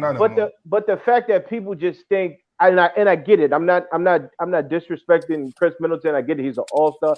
He's a great player. Yeah, people think if they have them, they get out the East clearly. No, I don't. I think if they play Boston gives them a run for their money, and if they play Miami definitely gives them a run for their money. I don't think they get out of the East. Miami was built for. Yeah. I think it was a 3-team race last year, and Bucks was one of the 3 teams. 3 teams, yeah. But I don't. I can respect that logic too, but I also think Boston was going to be the hardest challenge for them. I don't think Miami would have been as hard as a challenge for them. I think the Heat could have been the same, the equal challenge to him just because the Heat stopped Giannis before. Yeah, I agree, but that was the old Giannis, and they also stopped. But you also got to know that Eric Spoelstra holiday on it though. Right, but you also have to know that Eric Spoelstra is there, and he's going to be smart enough to know how to try to make Giannis ineffective and depend on Drew Holiday and Chris Middleton to win them games. And with all due respect to Giannis, Giannis has yet to beat the wall. He's yet to beat the wall. No, I'm not going to do this. You can't. I don't think you can build a wall again to stop that. Don't make me pull up the clip when you was yelling Drew and Bobby and Jalen Home. I don't think you can build a wall on Giannis. That wall shit over with. Why? Hold on. Why can't you build a wall? I'm just curious. Who? Because the players around him are better. That he has more shooting. Are? He don't have a lot. They have better shooting. Yeah, Middleton's better. They got Drew Holiday, who's better, but Lopez is better. That they have better shooting. So let me ask you this: if you go into a Buck series, you trying to tell me you wouldn't be like, okay, let Brook Lopez, Porter, and whoever else they got shooting beat me? No, you're gonna try to let those dudes. All right, then. No, for sure. But Miami, they're building a wall. But the wall is not gonna be as effective because Giannis he's better. He's just a smarter player. He's better at downhill play. He's a smarter player. He is a better player. You're not going to sit here and tell me that he didn't develop. Like he's not a better player. Smarter, but who says that they don't make kinks to the wall? Who says they don't refine their wall? As much as he's not a great shooter, he still can pull up. He'll go 1 for 17. Ain't nobody scared of that. Ain't nobody scared. You can take that for sure. But that wall isn't as effective. Like you can build a wall, but it's not as effective. What y'all doing is still at the end of the day coming up with, that's what you're gonna try to do, But again, all I'm saying is I don't believe it was going to definitely work to the same magnitude because the team is just not the same team. Right, but it's what I'm not. saying is the Heat team wasn't the same team either. They had different pieces on that team too that they could have used in the kink of the armor. That's all I'm saying. The wall is basically just the armor to protect their king. Yeah. So I just needed to work for 4 games. That's all I need. Yeah, that's all I need. But I'm saying though, like they don't have to work for the other 3. That's a lot. I mean, they don't have to work for the other 3. They need to work 4 games is a lot. It's a lot.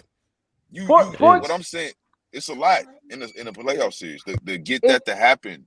It is, but all I'm saying is like I get the respect we have for him, but literally until he like people say he's just gonna run through the wall. Okay, that's exactly what I want you to do, bro. Run through the wall. I'm gonna put somebody there. They're gonna charge. Like there's multiple ways to get it. That I think the thing that for me still makes me ask him questions is when they went to the finals, the teams he played the best against were the teams that, in my opinion, was dumb enough to play him one-on-one.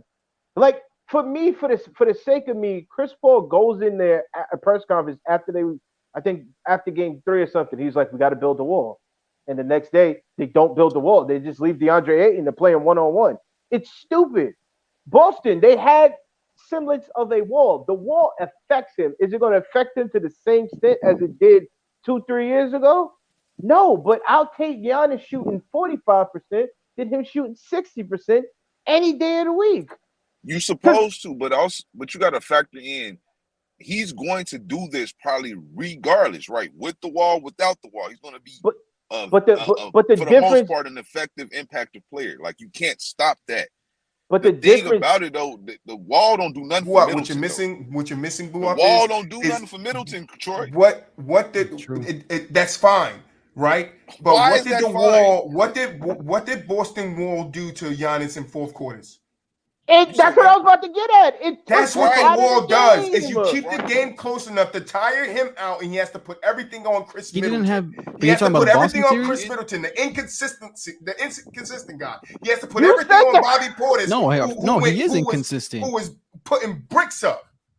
But you don't. But the fact that he is inconsistent. But the fact they're inconsistent, so you want to tire him out. That's what the wall does. For sure. It tires him out because what are they going to do in a playoff series? They're going to play him 40 minutes. That's what they're going to try to do if it's a close game. So if you tire him out, he then becomes ineffective when the game is on the line. That's why Boston was able to win. But when the game is on the line, who's going to have the ball in their hands? It's going to probably be Middleton.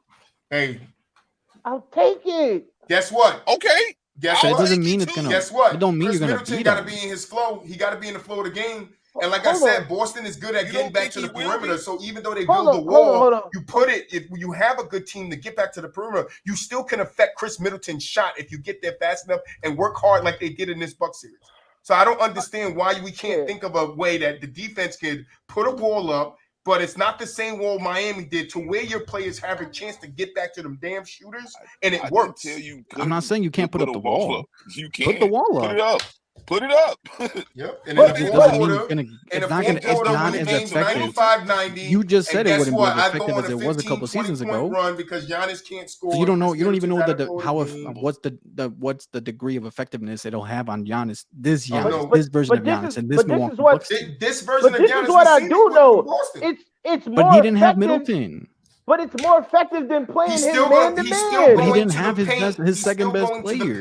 He's still going to run downhill, which tires him out. He's going to do that all game. He had to. He had no choice because he didn't have a second best player. He has to draw the right with Chris Middleton there. He has to run. He didn't have a choice. What is he supposed to do? Yes, he did. Well, he was supposed to have a choice because he had Drew Holiday, Bobby Portis, and Grayson Allen, all those guys who were supposed to be the shooters. I even said Grayson Allen was a good fit to be behind Middleton if Middleton went out. He didn't prove to be that. So you can't put it all on, Chris Middleton. The other guys would have had to step up whether Chris Middleton was there or not. And if you make those role players ineffective like we did, we still win that series.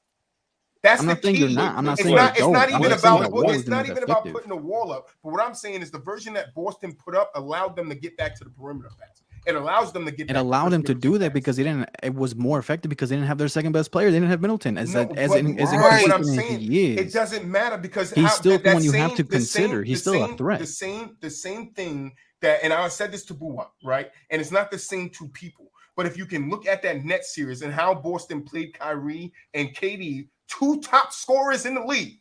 2 top scorers don't think they can't make Giannis and Chris Middleton ineffective. 2 of the best scorers in the league, they made them ineffective. And he got telling me because they have the Chris defense Middleton to guard those type of players. Yes, they have. So they don't have the defense to build the wall. No, Clutch. Hold on. But the wall. You put words in my mouth, G. I didn't say that they couldn't build a wall. I know Boston is very capable of building a wall. I'm not disputing that. Again, they can build a wall. You cannot act like the wall is going to affect Middleton, and you cannot act like that Milwaukee is playing the same style of basketball. Yes, they had to play heavy through Giannis because they did not have a Middleton. Exactly. They're not playing that way no more. Giannis is not going to be as tired in the fourth quarters because he's not having to carry the game that way no more.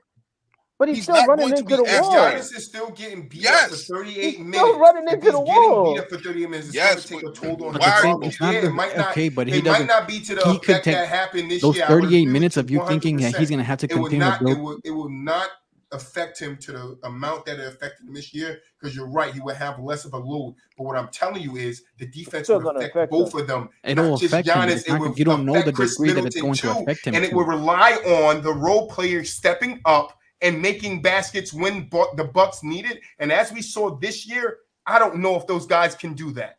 It's okay.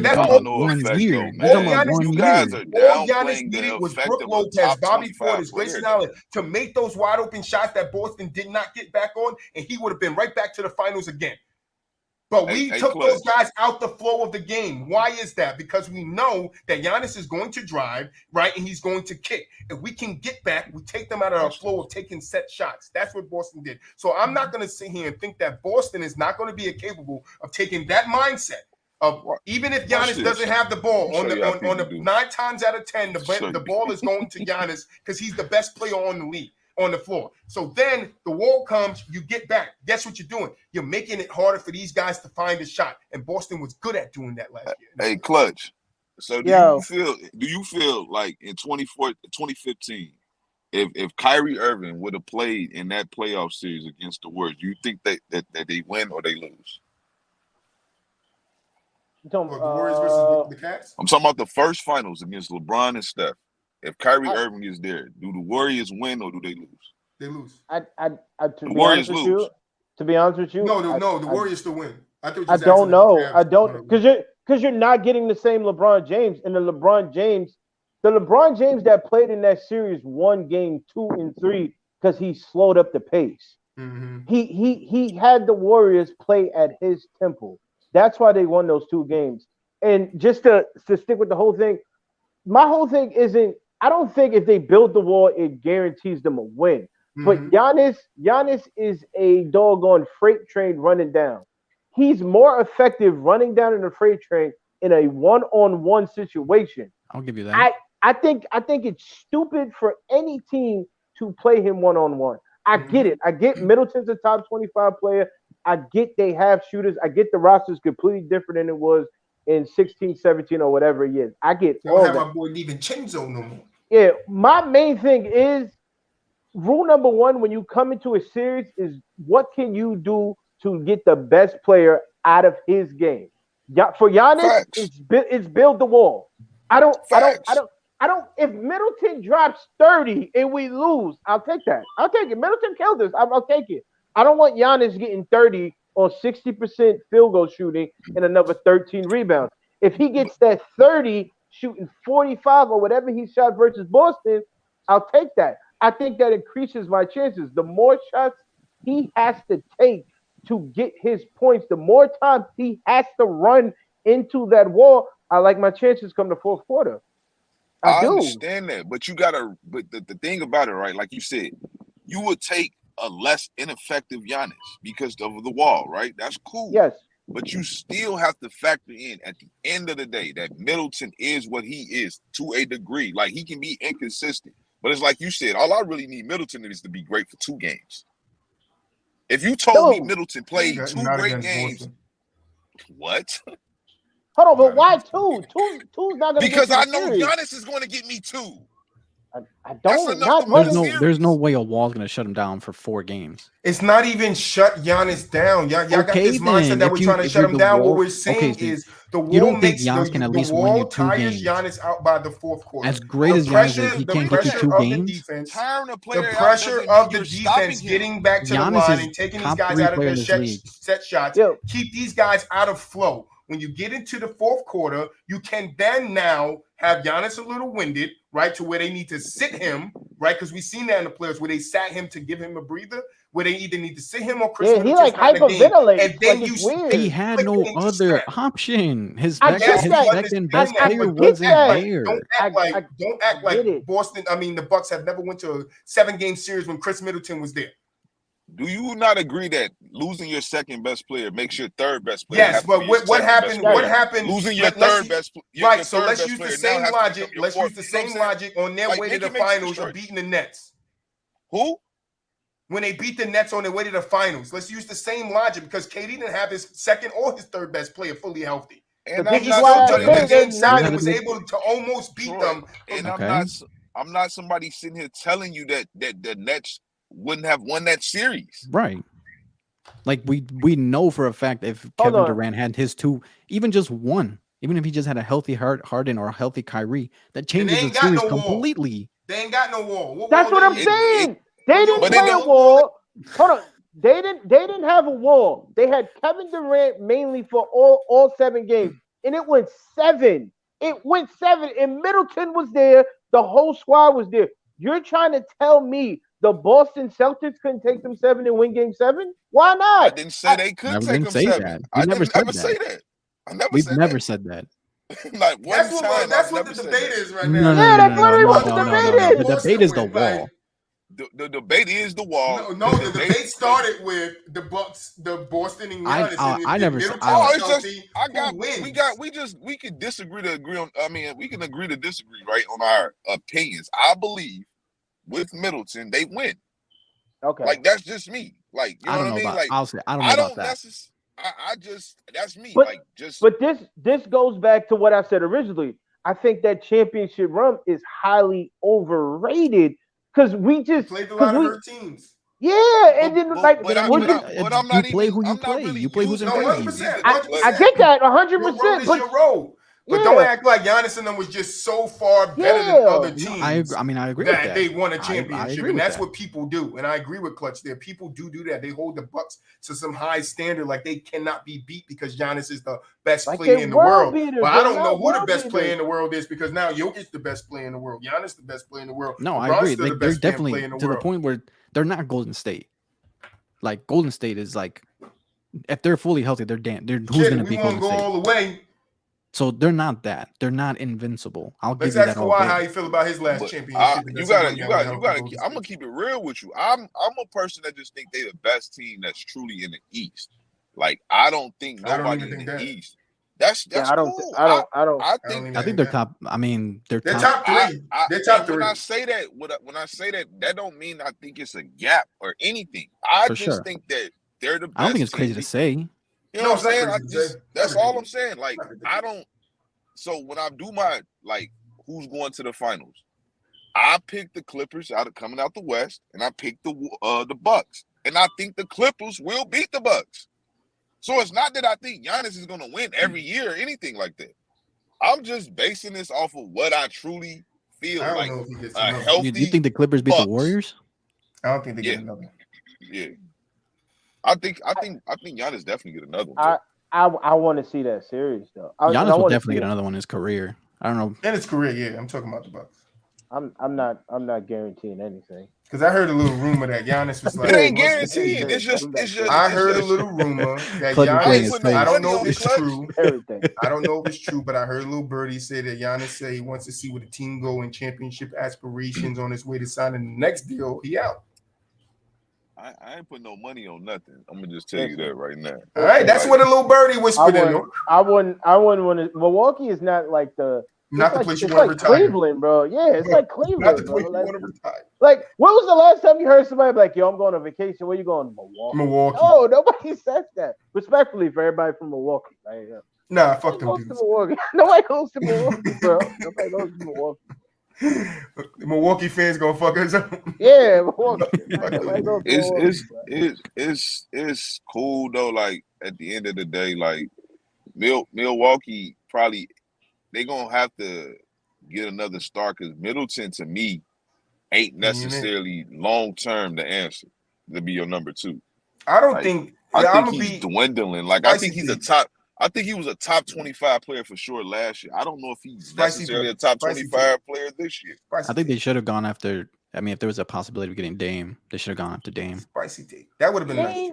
Dame ain't going nowhere. Y'all gonna leave Dame? He ain't going nowhere. No, he's not going anywhere. But I'm saying if the possibility to acquire him in a trade, could have got CJ.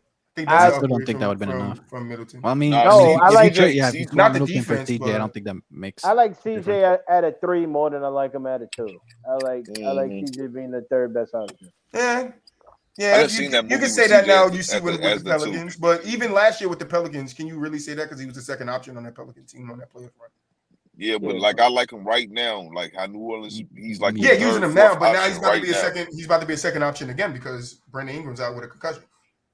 Yeah, that's just for a game or 2 or whatever. Yeah. Then his confidence rises. You know, he's dropping 30 points again. And he's like, I mean, CJ can be that guy. No, definitely. I don't think he can be a number 2 option on a championship team though. That's really all. I don't think so. But I mean, he can fill that number 2 option for a good period of time in the regular season if he needs to. But come playoff time, I agree. He can't be that number 2 option. I think CJ could be a number 1 option for a couple of weeks if needed be. But for sure. I don't think it's just not a heavy diet or something you want. Like at the end I agree. Of the day.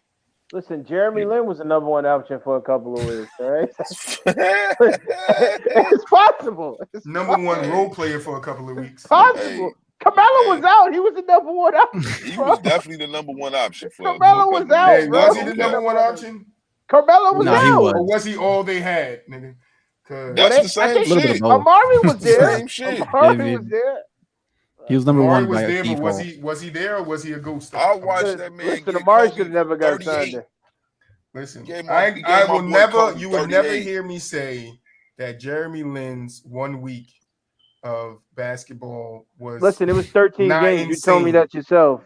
And it was not. Hey, you could fit 13 games in 1 week. No, all right, no, you can't. Yes, the fuck you can. You play one in the day and one at night. Stop playing with me. I used to play ball. I used to play ball. You're talking about street ball. So now we got double headers in the NBA. You can fit one in the morning, one in the afternoon, and one at night. That's 3, 2. Listen, I done finished 13 games in 4 days. That's I finished 13 games in 4 days. Stop playing with me. A full court. We talking about the NBA, Troy. Not one bottle of water, full court. 4 games. Yeah, we talking about the NBA. Not 1 bottle of water. 1 bottle of water, not a gallon. 1 bottle. 1 bottle of water. Talking about the NBA, sir. I done hoop 10 games in a row too. You will never hear me say that Jeremy Lin's little 2 weeks wasn't amazing. But that nigga mid. All right. He's not even mid. I think mid is being nice. I think mid is being nice. Trash. He got a ring on Kawhi Leonard's ball sack. He's trash. If you, I don't even call him trash. I ain't gonna be too disrespectful. No, he just wasn't. Just call him the bag. He just wasn't. He was an average NBA player at best. Like. That's it. Yeah, I don't even think he was a role player. He was just another guy. It was like, you did your shit with the Knicks. We know that. We know the Knicks hindered you. We know Carmelo stopped your progress, nigga. Here's your team. Here's James Harden. Do your shit, my nigga. What happened to Jeremy Lin? What happened to Lin Sanity? The nigga went 12 o'clock. He was a below average NBA player. Like that's the reality.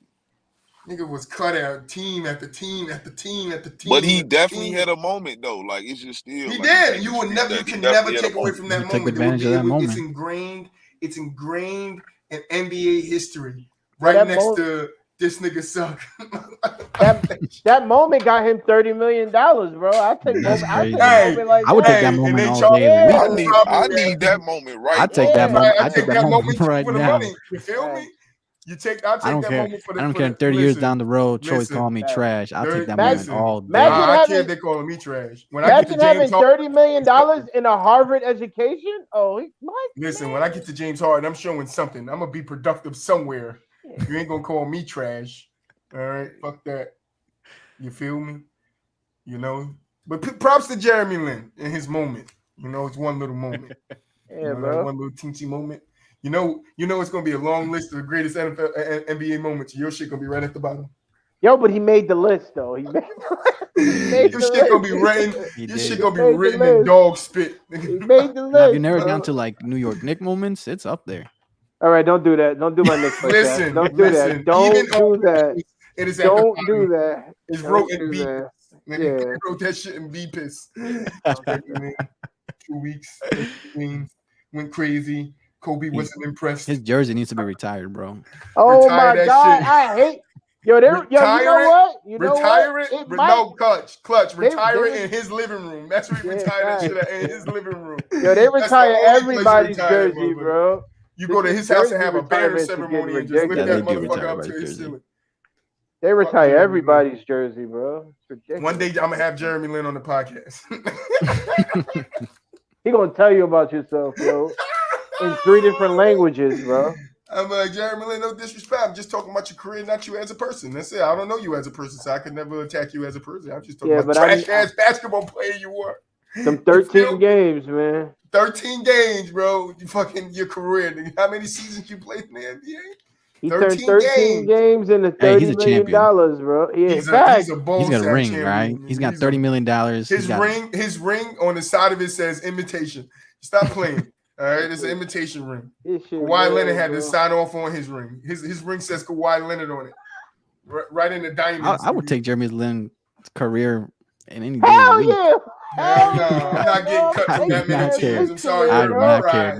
I want to be Jeremy Lin, bro. Nah, that's a fucked up career. You could be anybody. I don't care, bro. You could be anybody. I'll be Kwame Brown before I be Jeremy Lin. No way, bro. Nah, Kwame got paid too. Kwame did get paid. Kwame got paid. I got to play with Jordan and I got to play with Kobe, nigga. Fuck that. I'm not going Jeremy Lin, bro. Y'all niggas crazy.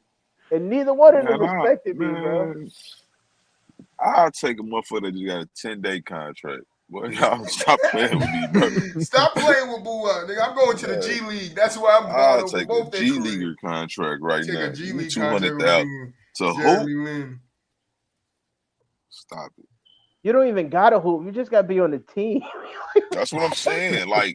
But essentially your job is hooping. Yeah. I definitely 9-year career. He was the shit. The fuck? 9 years, you know him from 13 games. 9 years. Yo, 13 games in New York City, bro. They can't never put you in the category of, Jordan lost his first 9 years. Nigga, you only played 9. Put some respect on Jeremy Lin's name. Nah, Jeremy Lin, great moment. New York. I'm right next to it. I'm in New Jersey. It was a fun time. Jeremy Lin Sanity to go crazy, but I'd rather Vince Sanity. All right, he dunk on you, stupid ass. I'm not on this shit today, Clutch. Fuck Jeremy Lin. Fuck Jeremy Lin today. Yeah, I wanted to ask you, man. Let's end it off with this. Most surprising team so far in the NBA. Utah. Besides the Utah Jazz. Oh, besides the Utah Jazz? Besides the Jazz? We talked about them earlier. Honestly, the Lakers, I did not know they were going to be this bad. I did not know they were going to be this bad. That's actually not a bad take. Yeah, and I'm a Laker fan. I did not know they were the Lakers down there with Houston, OKC, and Sacramento. Yeah, we expect those 3 teams to be at the bottom. I did not expect them to. I get it. The season was the openers were tough. They got a tough first 6 games. Yeah, Warriors. Yeah, they play Denver, I think Wednesday. It's tough, but they look bad. Bro. Shit, Denver lost to the Kings, didn't they? I mean to Utah. Yeah, that was shocking to me. So for me, it's the Lakers. I think, honestly, I guess I have 2. One would be the Sixers. They're 0-3. They don't look very good right now. James Harden had a very good first 2 games, but then Joel, I don't know what's going on with Joel. I mean, it's very early, but we'll see what happens there. But honestly, Boston, I thought them losing Udoka was going to be a bigger deal than what it turns out to. They look, and again, it's only 3 games in the season, but they've been amazing. I think it's gonna be a bigger deal come playoff time. I can see that. Like we saw Luke Walton go 24-6. Like Yeah. Yeah, no, I don't think so in this. I don't think so in this case because I think that new coach came in with the same mentality Ego had, and that was just make those guys focus. And I think their mindsets, just the players knowing what Ego is, like put into them last year. I think that's still there, and they know how to play together. They know the system. They're not changing the offense up or the defense. He's still running the same stuff out there, so I don't think it's going to affect them much. I guess I just thought it was going to be a bigger impact. Yeah, I did. He only suspended for a year. I think they're fired. I think Philly's been a bigger surprise. I thought they'd start off better. Boo up. I think the Bulls are a better team if DeMar DeRozan is the number one option on it. That's your most surprising team? Not more surprising, but like what I'm most surprised about the Bulls is that they struggle to me with Zach LaVine. That's his whole career. Option? Not that's his whole career. That's his whole career. I ain't gonna say that's his whole career, but I just don't know if he's a guy that really makes players around him better, and that's the problem. It's the same thing. I look at Donovan Mitchell. I look at Donovan Mitchell the same way. I don't know if he necessarily makes others around him better. It's the Carmelo Anthony thing, right? You know what I'm saying? Like, these guys can clearly play basketball, but if you don't accept the double team well and make others around you elevate they play, like the Bulls look stagnant when he's on the floor. Like they forcing him to be the number one option too. I don't like it. I think he has to become a better playmaker. Yeah. Like if he's got to take like he's not the greatest passer. I think he's a great scorer. He's a great offensive player. He's very efficient. But if he can add his playmaking ability, like being able to just drive and kick, or just have the defense collapse and find the open guy, like that's a difference maker. But I guess I can see how they do kind of become stagnant when Zach's out there. Yeah. Yo, can I ask you a question? Do you think the problem is also that DeMar is cool with being the number 2 out there? I think at this stage in his career that he's trying to be the humble star, right? You know what I'm saying? Zach is the rising star. He's not trying to step on the kid's toes. You know what I'm saying? Like, I just think though, like the way he's been playing, it's clear that he might be the better player at the moment. Like he might be. Because then my second question is Zach really the rising star? Like maybe he plateaued. Like maybe this is as good as I get it. He's still young. I think he's like maybe like 26, 27. But I think the thing people need to realize, everybody's not meant for that number 1 seat. Like some people need to be number 2s, number 3s, and some people never could reach the superstar. It just and I think we try to force players into, like, I think Zach LaVine is getting forced into that role mainly because he was the first guy there. If I'm not mistaken, they signed him, or was it a trade? We traded him. We traded him. We traded for Jimmy Butler. Yeah, and he was there longer too, right? He's been there longer than DeMar because DeMar just got there last season. Zach's been there for a minute. Yeah, this is pretty much presumes Zach's team. That's what it's about. Like, DeMar knew that coming in.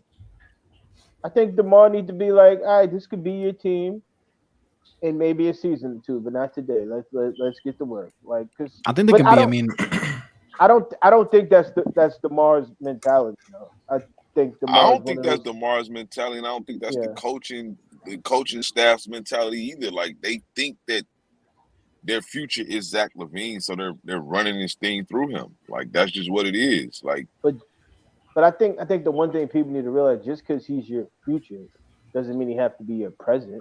Yeah. Like in all honesty, if you look at the Lakers, Anthony Davis is their future. But LeBron James is still the present. Yeah, he's still the present. Yeah, that's a rare occurrence, though.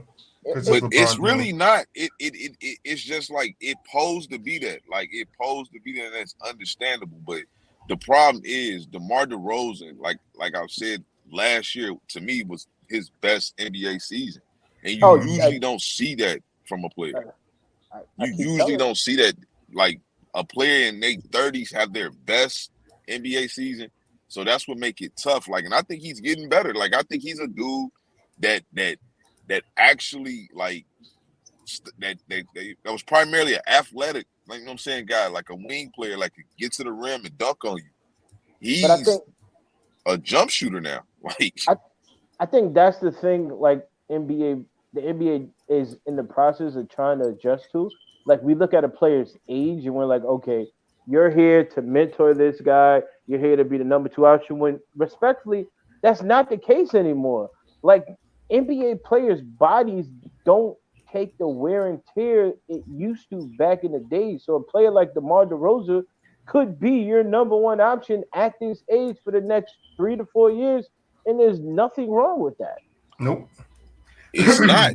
But I just think is, again, the potential that Zach LaVine brings, and based off of that, how people evaluate shit. Like, it's just like you don't think, like, even right now, people don't think DeMar DeRozan can have the same type of season. I think he's finna have the same type of season he did last year. I mean, he's going. Damn near close. You're damn near close to it.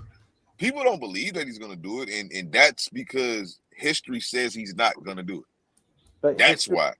History is changing right in front of our eyes, and I feel like we're not paying attention to it. Like we're not like Steph Curry. No, we paying attention. No, but what I'm saying, like for instance, even last season, Steph Curry at the age he had shouldn't have been that good in the playoffs. LeBron James shouldn't be this good. Chris Paul should not be this good at this age. He shouldn't. DeMar DeRozan should not done what he did last season. Like this, and it's happening in all sports except for baseball because I really don't watch baseball. But like even like NFL players are playing forever. Like we pay attention to Peyton Man. I mean, not Peyton. Depends the position, but yeah. It does put on the position. Like we pay attention to Tom Brady, but people tend to forget Drew Brees was pretty good till he was about 40, which is weird to say. Like I think DeMar DeRozan could be good for a while. I think Chris Paul. I'm surprised Rudy Gay's still in the league. I'm like, damn, Rudy Gay still got a job. He's not bad. I'm not gonna lie. I did not know he was in the league until I played 2K. I heard his name. I was like, I heard his name the other day in the game. I'm like, Rudy Gay, what the fuck? No, yeah, I was. He hit a couple of threes yesterday against the Pelicans. Yeah, yeah. I'm like, Rudy Gay. He's a solid role player, but like DeMar, I agree. Like DeMar, he's really worked on his game. He's become, as Boo Up said, like a jump shooter. His mid-range game has become pretty good, and that's kind of what you need once you. He's not even that old, but once you get older, you need to change your game up a little bit. And I agree. But I think DeMar mid-range. DeMar's always been a mid-range shooter. Yeah, but I mean, like his game, like he's gotten more efficient. Like his footwork has gotten a lot better. Like he knows where his spots are, how to get a shot off. Yeah, exactly. He knows how to get to his spot. And, he knows where his spot is. He knows where where he's the most effective is. So, and he's not relying so much on his athleticism, and he's a solid playmaker. And I can see, I think they should, as of right now, he is their best player. Like he is the Bulls' best player. No, I agree. And but they could still be a 1-2 punch, like a 1A, 1B type of thing. Oh, 100%. They could easily. But but I just don't think the team currently constructed. They need Vooch isn't the answer. I thought he would have been coming from Orlando, like as good as he was in Orlando, but he's just not that. I think he's still a solid fit. Yeah, I think he's a solid fit. He was terrible in the playoffs. He was, but I think again. But that aspect of that team was different. He was missing a guy. That's the way he was right. That's what I'm trying to say about all of it. I guess, but I mean, a key guy in your rotation, it makes everyone step up, not just one guy. Everybody has to keep stepping up because that guy is impactful to what you do. Mm-hmm. When you lose Alonzo Ball, that makes DeMar DeRozan, who's a solid playmaker for the most part, have to become more than a solid playmaker. And then when you asking guys to do more, that's when things just get tough. Like that's just the reality. Yeah. But I'm gonna say my surprising team, even though I'm not really surprised because I called it, is the Portland Trailblazers. I know it's early. But I said that they could finish in the 7th, 8th seed. And everybody was like, oh, the Kings are going to finish above them. I think GK said that or somebody. Okay, where's the Kings? No, Down there low at the bottom. I thought Portland. I still think they're playing. Still, like if That's you're a what I 7 said. to 10 seed, I think you're a playing team, and that's what I think they are. Yeah, that's what I'm saying. It's gonna be tough. It's gonna be tough for them. I mean, if they do, 9, 10. I would be not shocked at all because I do think Dame, when healthy, is a top 10 type player. Scored 41 the other night. Yeah, he's back. He's back. Yeah, like that's what I'm like. If these guys, like, if I didn't really rank Dame, I don't rank PG or Kawhi coming into the season because they were hurt last year. I know you got to see what they back do this into year the end of towards the end of the year, but once you include those guys, like, I don't think Devin Booker's a top 10 player. John Morant's not a top 10 player. Like, it eliminates a lot of guys in that top 10 discussion. Down a little bit for me. JT falls down for me a little bit. Nah, JT's still top 10. JT falling. Yeah. Just to add one more team. No, I said falling from. I'm not saying top 10. He falls from top 5 because right now he's arguably top 5. Just to add one more team because I was just looking at the standing. The San Antonio Spurs are 2-1. Yeah, 2-1. Yeah, they playing hard. They They have nobody. Like I think the only person I know is Jakob Poeltl. They have like no, they have what's his name? Or did they Johnson? Is it Kevin Johnson? Or did they trade him? I don't even know. Yo, their team is like Keldon Johnson is Keldon Johnson. He's decent. He's decent. Yo, that team, the fact that they even won 2 games in the first month of the season is impressive. They got McDermott. I thought Jason Richardson went off the other day. I thought they were tanking for what's the guy's name? Victor Wembanyama. Shit, talking about the Spurs. The Spurs. That's what I thought the Jazz were doing, and honestly, that's what the Jazz. No, because Adam Silver said he watching on tanking, so all of them was like, "Let's win some games." Let's win some games. But like the Jazz, who's on the Jazz, bro? Like Mike Conley's talking about the Spurs. The Spurs. I know for sure, but they're in the same boat as the Jazz. Like Jazz and Spurs should be in the same boat. Same boat, yeah. They're gonna be at the bottom of the league. They're a bunch of. I think when it ends, they'll be at the bottom of the league, though. Oh yeah. But 2-1 right now is impressive to me. No, 100%. But right now, the Spurs lead the Timberwolves 31-22, so they might win another game. Who knows? Still first. That might be the last game they win all month. Right, you beat the Timberwolves, man. That's good. Greg Popovich is gonna be like, "Yo, sit down, man." Great show, fellas. Let's close it out. Final thoughts. ATN. Nothing, man. Just appreciate you guys having me on, man. Surprised Clutch was here, but decent conversation. We usually go back and forth, usually banter with each other, but facts, it was peaceful. Yeah. It was Clutch. It was peaceful. But yeah, appreciate you guys having me on, man. Clutch, final thoughts. Yo, thanks for having me on. Looking forward to the NBA season. The biggest soap opera out there right now, the Los Angeles Lakers. Days of our Lakers. Yeah, man. It's gonna be a good one. I'm just General Lakers. How long do you think it'll take before they win a game? Oh my God! They play tonight. They don't play tonight. They played Denver on Wednesday. They played Wednesday. It wouldn't surprise me if they win that game, but I could see them starting 0-6 because I thought they were going to beat Portland. They got Nuggets. They got the Timberwolves. They got the Nuggets again. And they got the let's go Boston. We up 32-14 right now on the Bulls. Shut up, 18.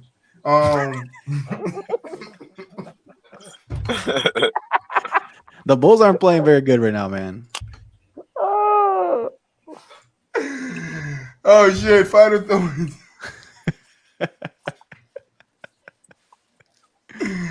Oh shit! Final thoughts, but what? Oh, you already know, man. I see people on Wednesday, man. See you on Wednesday.